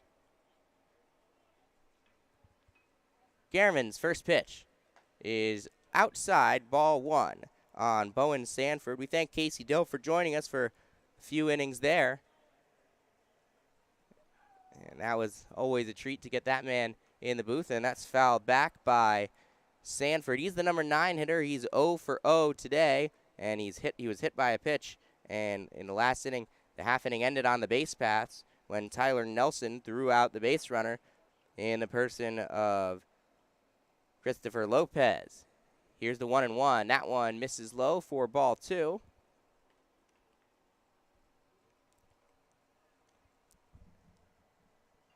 Gehrman, a talented left-handed hurler, and he will hurl. Outside, ball 3, and he's laboring a little bit here in the 5th. Why wouldn't he be? He's at 84. He's at 86 pitches, only 46 of them strikes. Mostly done a good job, though, keeping the Green Dragons at bay. Just 2 runs on the board. The pitch. Ball 4. Take your base, Mr. Bowen Sanford, for the second time today.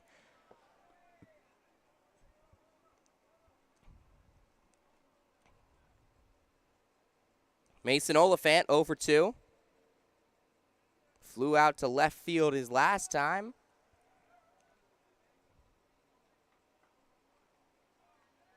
Gehrman.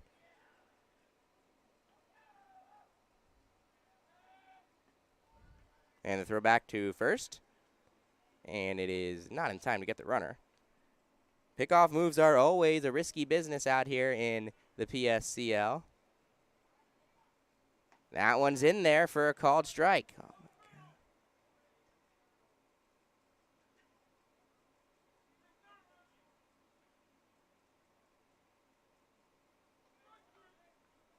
0-1 now on Oliphant, and he fouls that one back.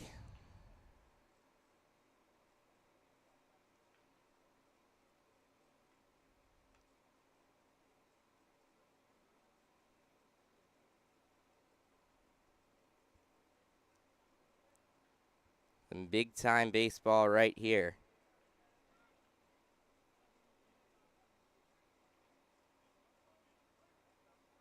Oh, and 2.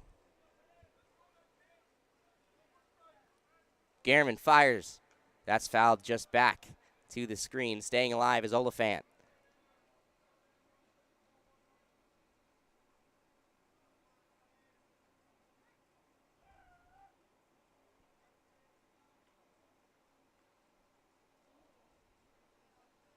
And here comes the pitch. Oliphant swings and misses, strike 3. And that will be the first out of the inning.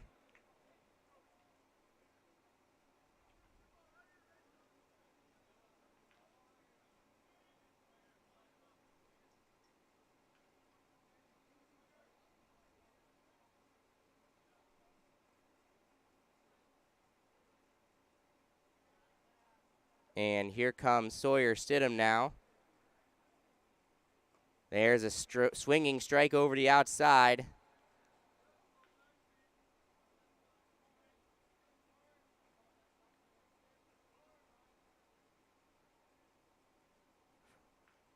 And a throw back to first. And he's back in time.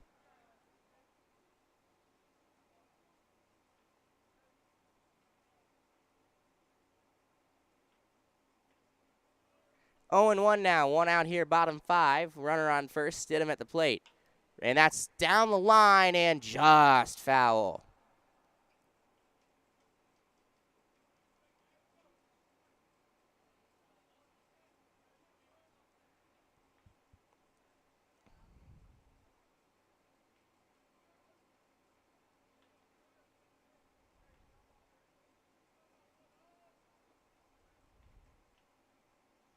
Oh, and 2. That is going to miss for a ball just a tad low. Close pitch, though.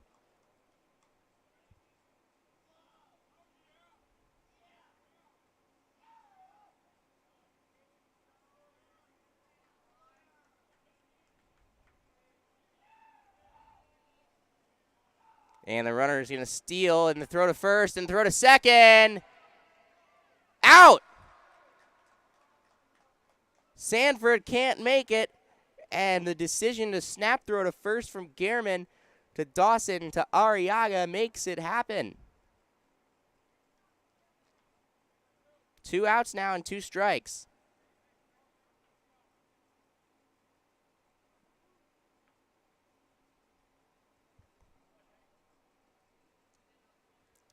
Here comes the pitch. That one misses high.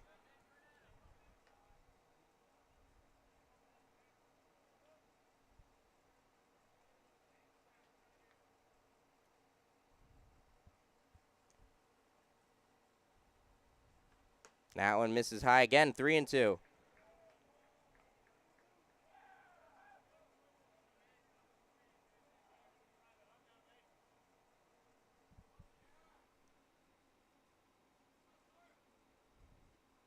And there's a swing and a miss, strike 3. Gehrman sets him down, so 5 strong innings for Mason Gehrman. 97 pitches. We go to the top of the 6th after this in a tied baseball game.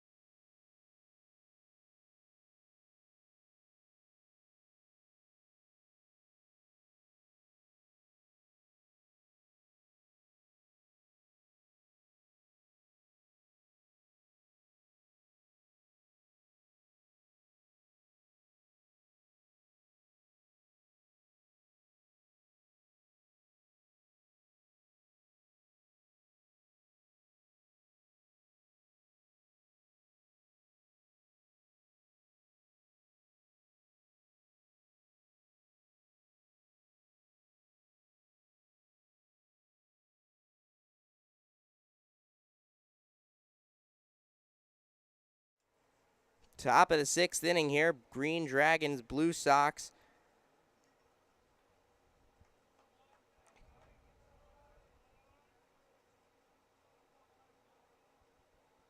And the first pitch to Michael Raymond is popped foul out of play on the third base side.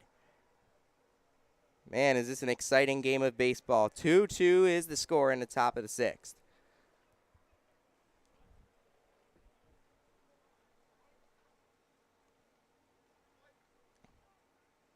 The pitch from Hanasaki is low for ball 1. 1-1 the count now.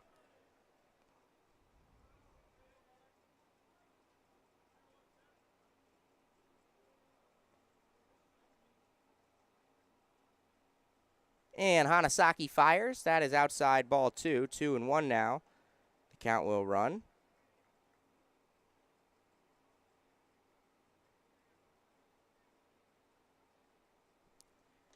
So here is the 2-1 from Hanasaki. In there, called strike. Beautiful. Breaking ball that just falls into the zone.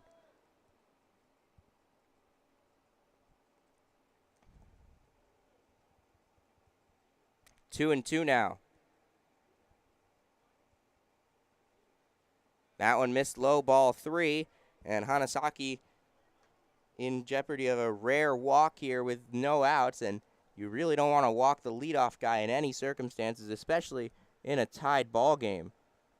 And with a guy like Nelson on deck, the pitch is ripped up the middle. This could be played well and thrown out. Lopez to Lorero, and that is out number 1. So it went skeeted right past Hanasaki, the pitcher.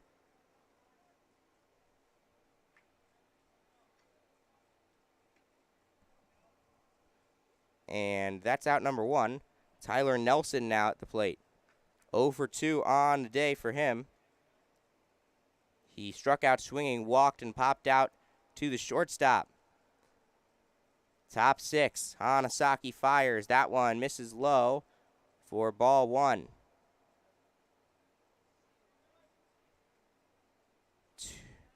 One ball, no strikes. Here's the pitch. That one misses high, 2-0.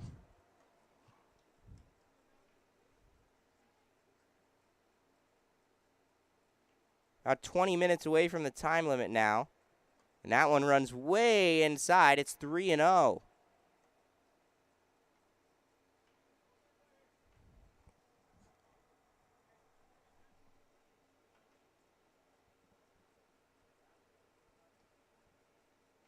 With one out here in the 6th, I doubt Nelson will swing. Hanasaki comes in and deals.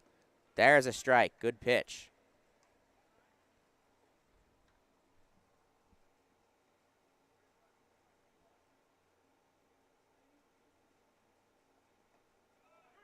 And there's another strike. So the count has run full.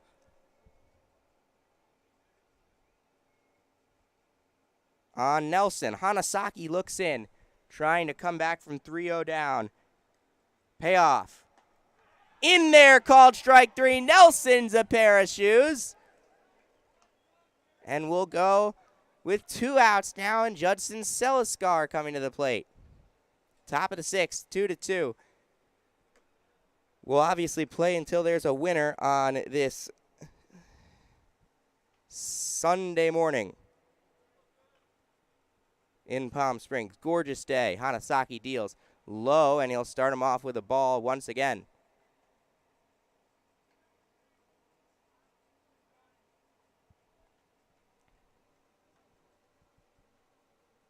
The pitch. That's fouled off, 1-1.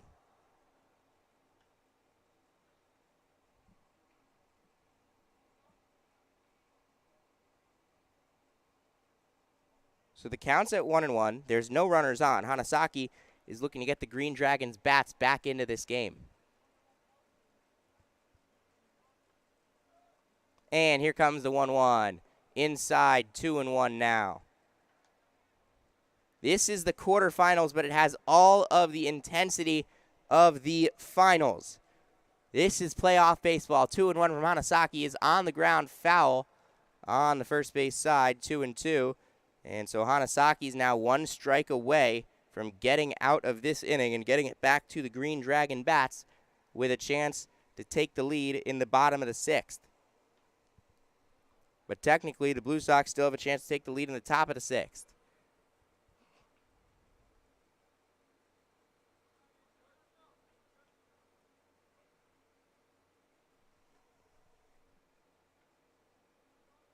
And here comes the pitch. On the ground at second, and a tough play is made to throw over to first in time for the out. Bowen Sanford with a nice play. So we'll go to the bottom of inning number 6, where the Green Dragons will have Johnson, Morris, and Taylor with a chance to take the lead.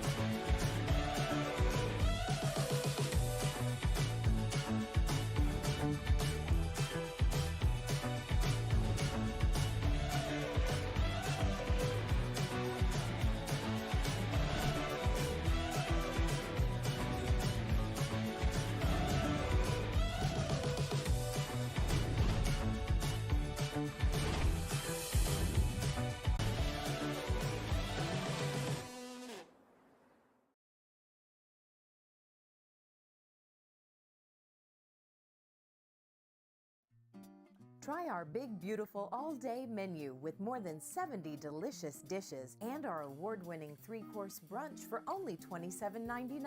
At Palm Springs' most popular restaurant, there's always a party at Lulu.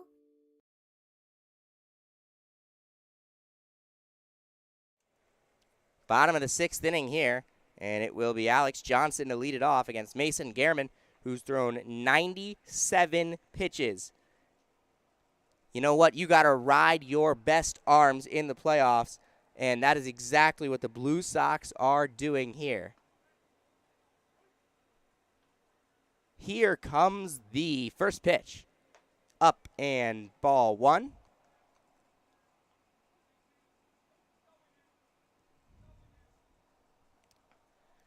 Gehrman looks in. In the air, out to deep left field. Raymond is going back, and he will not have room. It drops behind him. This is a double for Alex Johnson, and the go-ahead run is in scoring position. Raymond couldn't find it out there. He couldn't get deep enough.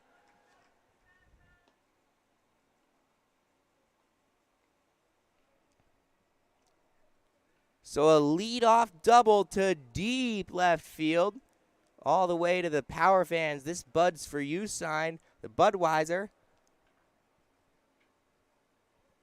And now Bradley Morris with the first baseman playing way in, trying to protect against the sack bunt. Nelson sets up outside. Gehrman deals. Morris pokes it foul and out of play on the first base side. 2-2, 2-2 the score, 0-1 the count.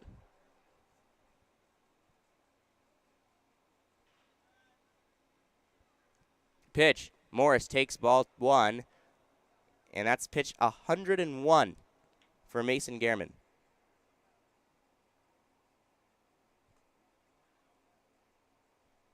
Pitch 102, and all of them of major importance now with a runner on second and no outs. Morris swings and misses for strike 2. Big pitch there. If you can get another one, that would be even bigger.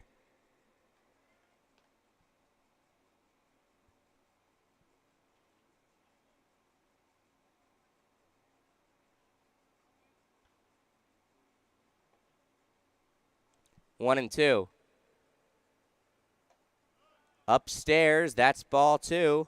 2-2 now.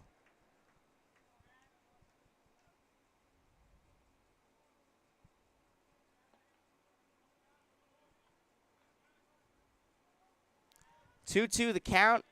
Gehrman's throwing a 103. Here's 104. It's a swing and a foul tip, so he'll stay in there.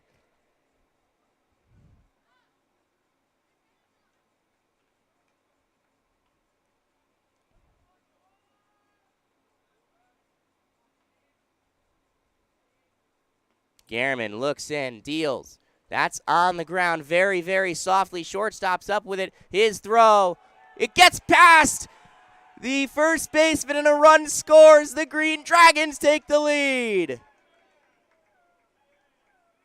Maybe not the best idea to throw that as it allows the run to score. Aiden Arriaga with a throwing error at shortstop. It's 3-2 Green Dragons.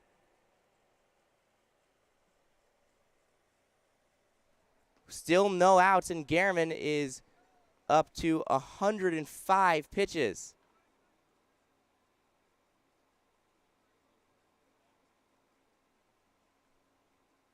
Running for Morris will be Xavier Bejarano.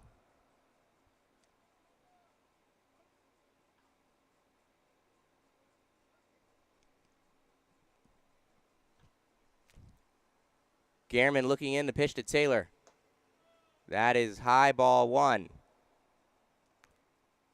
So now with the lead in the hands of the Green Dragons, they only just need 3 more outs. That one's low for ball 2, and that is absolutely not the way the Blue Sox imagined a run potentially scoring. They did not. They would have really liked it to be a way that if there were a run, don't let it be us beating ourselves. Throw back to first, not in time. But Arriaga with the poor decision to throw it over. And he really didn't have a play. So we've seen some incredible defense. We've seen some less smart defense, and back pick not going to happen. 3-0 now. Gehrman pitching to Taylor. And you know what? You got to think about changing the pitcher.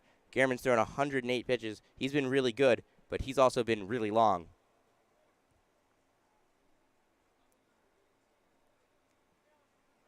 He's been out there for a while. He's thrown a lot of pitches. 108 of them, and he's gotten 15 outs, 58 strikes. It's only 53%, 54%. Bejarano takes his lead. Here's the 3-0. Taken for a strike over the inside corner. Needed that pitch.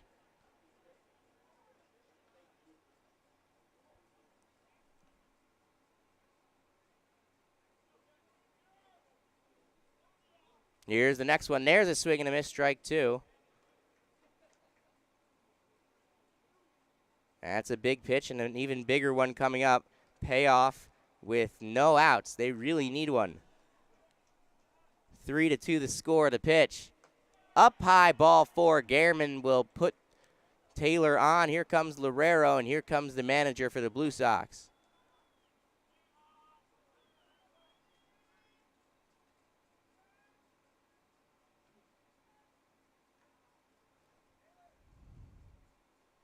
So that will likely be the end of the day for Mason Gehrman, who was awesome, but not quite awesome enough.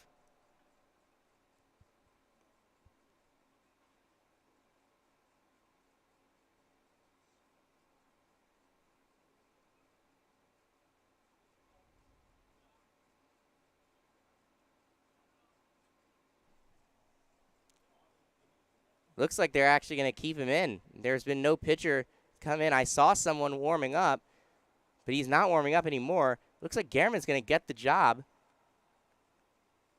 to try and get Lorero out with no outs. And after that, he's got to deal with Lopez, Cord, Sanford. Bottom of this order for the Green Dragons. And with 2 on and no out, this is a precarious situation to leave in your guy who's thrown 111 pitches.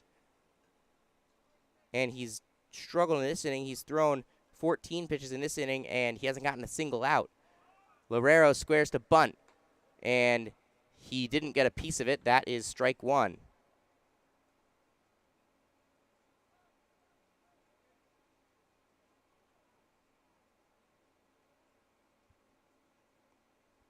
Oh, and 1 now. Corner's playing well in with no outs.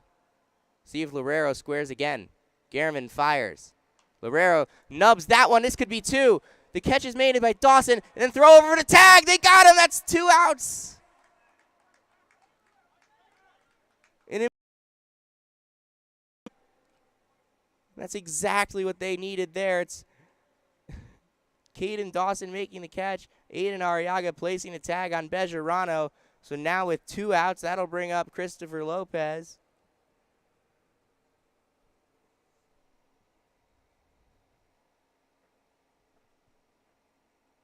In a big spot, Garman fires. There's a ball high, 1-0.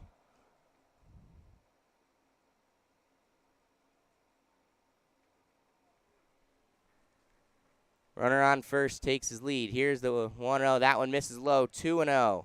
You got to get this guy out. 115 pitches for Garman. He's going to throw in 116th, and it could be the last.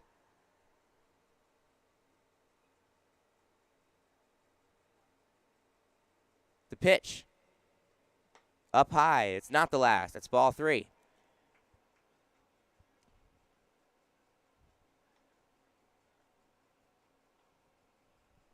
Three and 0 now. You really don't want to let the Green Dragons have anything more. That's ball 4. Take your base, Mr. Lopez. A 4-pitch walk, and here's a mound meeting. This could do it, but there's still, again, no action in that bullpen. Actually, there will be a man coming out and ready to go for the Blue Sox. Here comes Gavin Parch after 5 2/3 from Mason Garman, where he threw 117 pitches, 5 hits, 3 runs, 2 earned, 6 strikeouts, 5 walks, and a hit by pitch.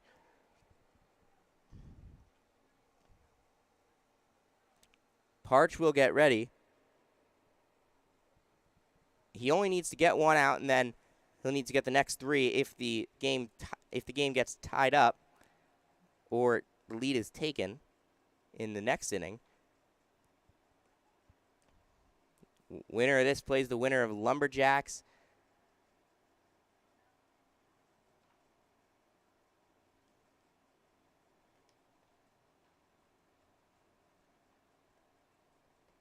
Winner of this game plays the winner of the Lumberjacks and the Bombers, who will play right after this.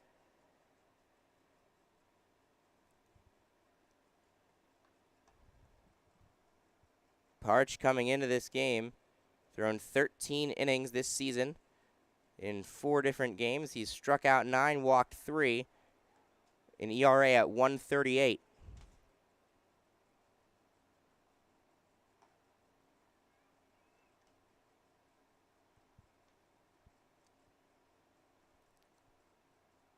And he'll be facing Everett Cord. Bottom of the 6th, 2 on, 2 out. Top of the 7th will come up after this, and it's going to be really important.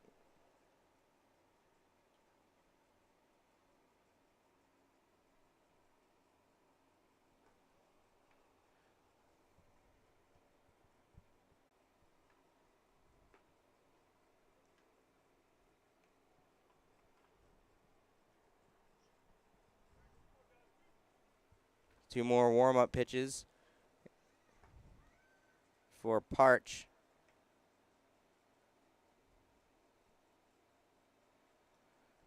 And he's finished with his warm-ups, and we'll get ready with Everett Cord stepping into the batter's box now.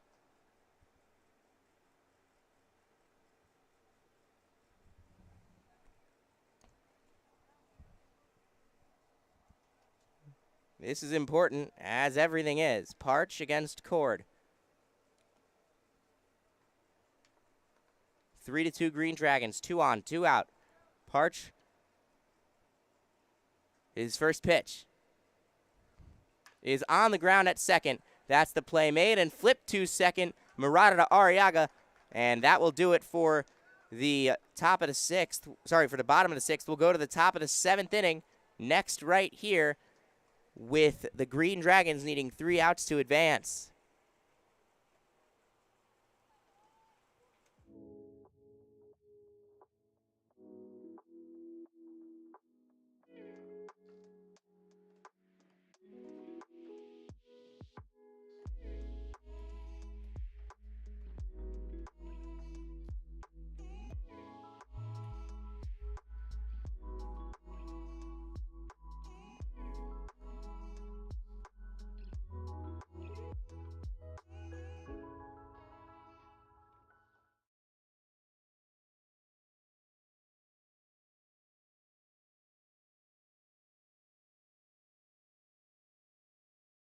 When it comes to air conditioning and heating questions, Desert Air has the answers. Like, did you know it is recommended that you change your filters every 6 months to keep your air as clean as possible?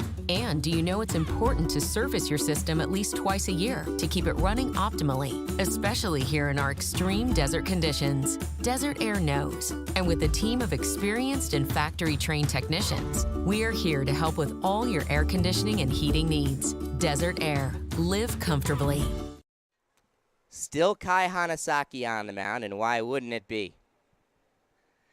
Aiden Morton's going to come to the plate here. The number 5 hitter. He's 0 for 2 today for the Blue Sox. Got hit by a pitch last time, struck out swinging, and flew out to right in his first 2. Kai Hanasaki looking to keep the Green Dragons season alive, and the Blue Sox trying to do the same. First pitch. Oh, they're not giving him the call. That is a very tight strike zone, as we've seen, and that just got even tighter. They're going to really make Hanasaki earn it. 1-0. Inside, 2-0. Hanasaki's thrown 39 pitches in 2 1/3. Parch only needed 1 to get 1 out. Hanasaki looking to close this one down here. The pitch. That's in there for a called strike. That was a perfect pitch.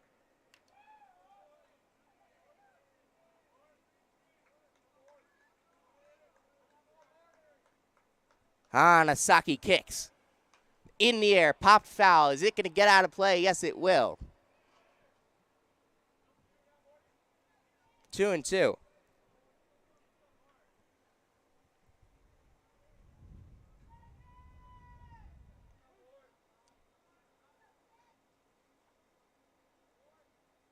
That one is lined for a base hit in the left field. Aiden Morton with a key base hit to get this one started in the top of the 7th.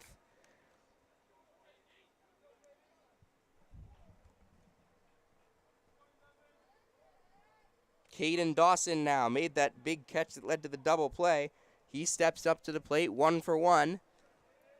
He's singled, has been hit by a pitch, and walked. Morton on first. They'll stunt back, and he's back in there. Dawson representing the go-ahead run. Throw back to first. It was a little bit high. So 2 throws to first. Here in a tense 3-2 ball game where the Green Dragons have the lead. Hanasaki looking to close the door. The pitch. In there, called strike 1 on a breaking ball.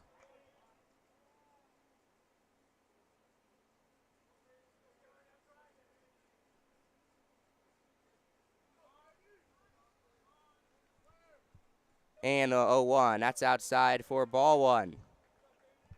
You know, if Hanasaki wants to finish this game in this inning, he's got to throw strikes. 3-2 Green Dragons. Throw back to first. Had a chance, but it was a high throw. 1-1 is the count.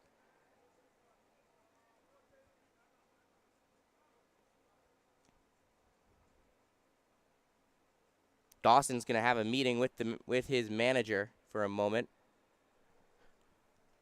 Going to tell him what to do. Wonder if they're going to play a little small ball.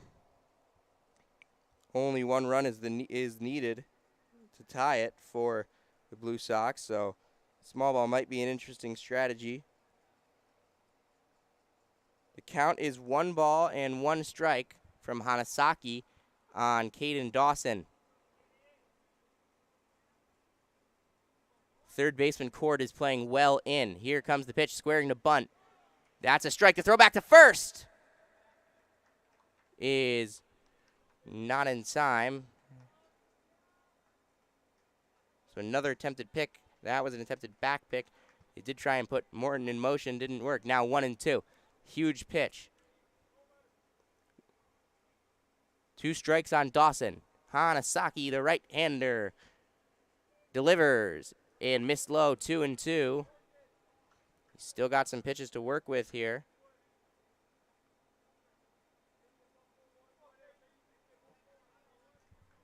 Dawson, Hanasaki, this is a huge matchup, as everything is at this point in the game.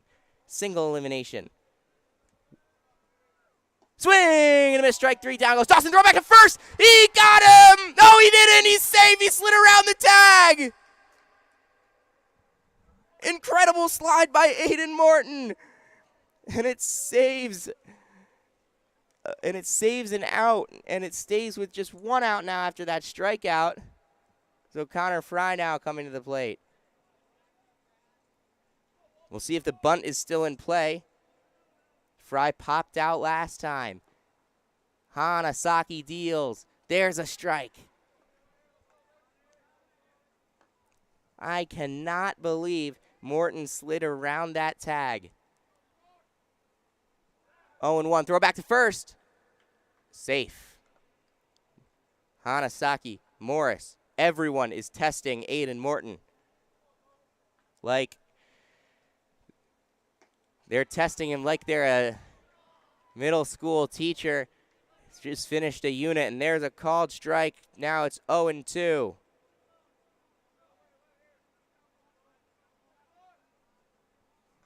Two-strike pitch. Outside, ball 1.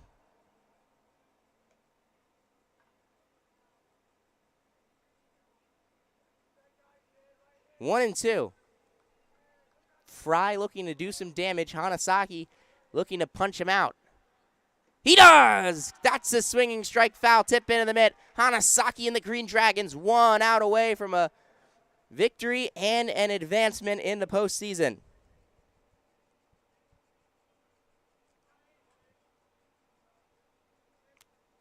This is what playoff baseball is all about. Aiden Arriaga coming to the plate against Kai Hanasaki.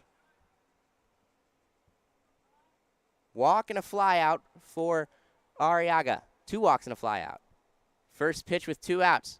On the ground to first. It's through the hole for a base hit. Morton's rounding second. No, he's going to hold there. The throw goes in to the cut man, and a first pitch single for Aiden Arriaga to right field, and that'll bring up Caleb Wise, who's had the only 2 RBI for the Blue Sox today. 1 pitch could change this game. 1 pitch could end this game.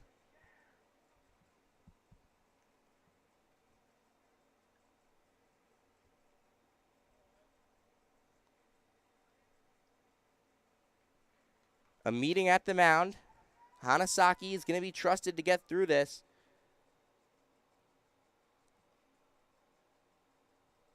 There would be a bottom half of this inning if they allow a run here. As this is the top half of the 7th. 2 outs. Hitter is Wise.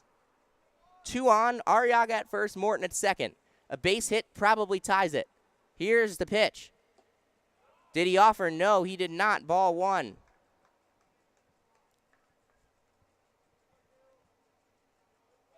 Hanasaki into his stretch.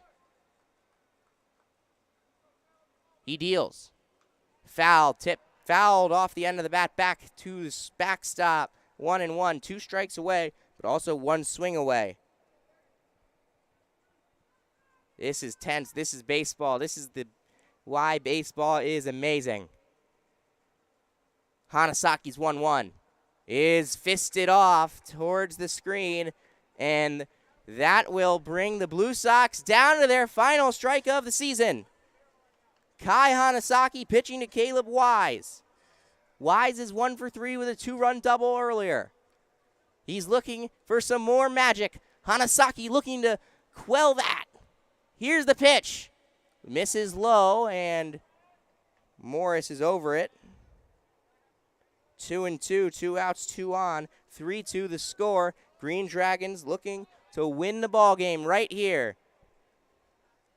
Hanasaki looks in for his sign, looks at the runner, and into the pitch. Swing and a miss, strike 3, the Green Dragons win! Kai Hanasaki out of the bullpen, and what a performance it was from him. 3 innings of work, and the Green Dragons punch the Blue Sox out of the playoffs. They live to fight another day.